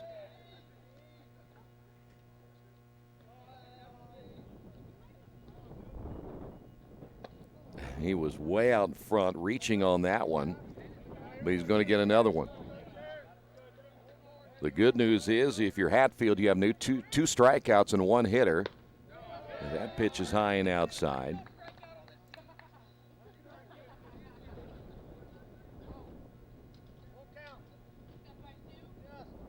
The pitch on the way, and they gave him a full count and a walk. So now the bases are loaded, and that'll bring up Chance Strictly. Now batting number 48, Chance Strictly.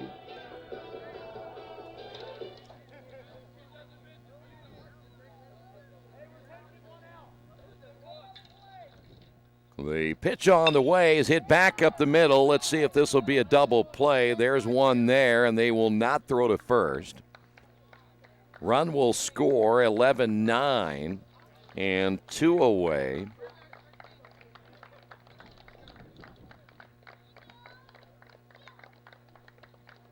And we will now again have the umpire, should say, will now have the players come in, and Hatfield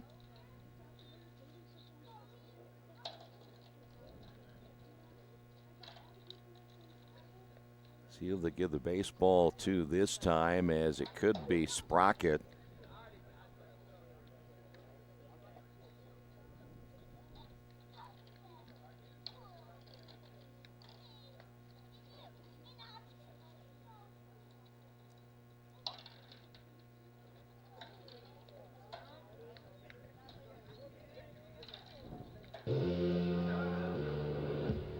Kind of waiting to see if this is it, or they are going to just recognize what seniors might be left. I thought they got just about everybody the last time, but here is Colin Greavy to our left.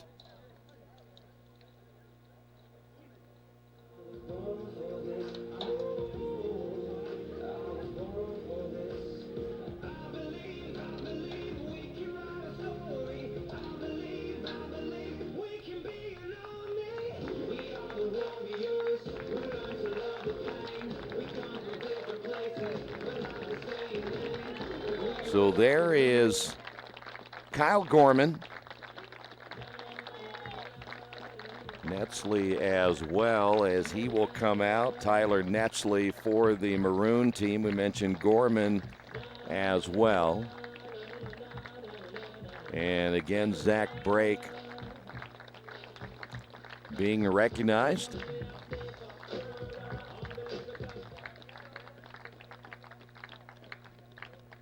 As I mentioned, it looks like Sprocket will take over.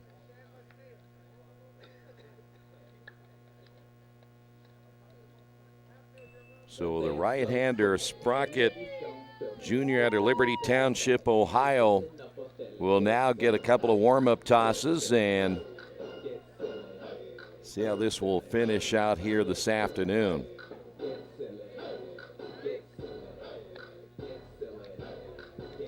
Well, while Sprocket is getting a couple of warm-up tosses, we'll take a quick break. We'll come back, and right now the White on top of this one, 11-9. Today's game is being brought to you by Tri-County Awards in Richmond. Customized awards and quality engraving services. When you come to Tri-County Awards, you'll get nothing but the best customer service. We take pride in our prompt service and easy availability. Celebrate success with a gorgeous medal, trophy, or plaque from Tri-County Awards. We've been crafting awards since 1972. Choose from a wide variety of designs and styles. We're a locally owned and family-operated business. Tri-County Awards, 1001 South East Street in Richmond. After the unexpected, expect us. Indiana Farm Bureau Insurance of Fayette, Rush, Union, Decatur, and Shelby counties. Auto, home, life, renters, farm, crop, and business coverage. Coverage you need in a language you know. We take customer satisfaction seriously and don't take a cookie-cutter approach to your coverage. For more information, call 800-723-3276 or go to their website, in.farmbureau.com. On Austin Smith now hitting as he'll take that first pitch inside. We mentioned that Sam Sprocket is now pitching. Runner is at second and third, and Smith will swing and miss.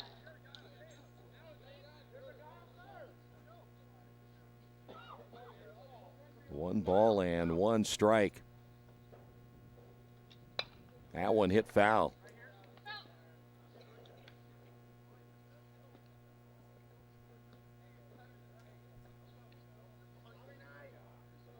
Runner down at second base is Strictly, as we'll stay at 1 and 2.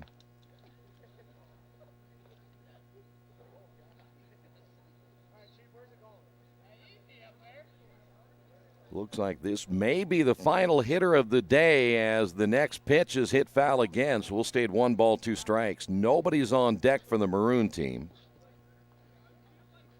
And so they will give Smith one last opportunity to hit here this afternoon before they put a wrap on this one. Ground ball to the shortstop. The throw on to first, and that is going to do it. As you took a look there at Nathan Lanchonnaise, and everybody, this is it for us as your final score here today, as we'll put a wrap on this one. And an unusual way to finish out your season that nobody would have anticipated at all. But now it is over. Your final score, the Earlham White wins it 11-9 over the Earlham Maroon. The 10 seniors have been honored here today. Jordan Christian, Zach Brake, Danny Dopp, Colin Greavy, Austin Smith, Austin Hatfield, Isaiah Shake, Alec Bryan, Tyler Netzley, and Kyle Gorman. We want to thank all of you for joining us here this afternoon. Thanks for being with us the entire Earlham, not only fall, winter, but spring season. And we will hopefully see you again very soon. We'll be here back again by the time we roll around to September and have more sports for you at that time, but a little bit of a hiatus now for a while for all of us. Thanks for being with us. This has been Earlham Baseball right here on Radio Troy Digital Sports.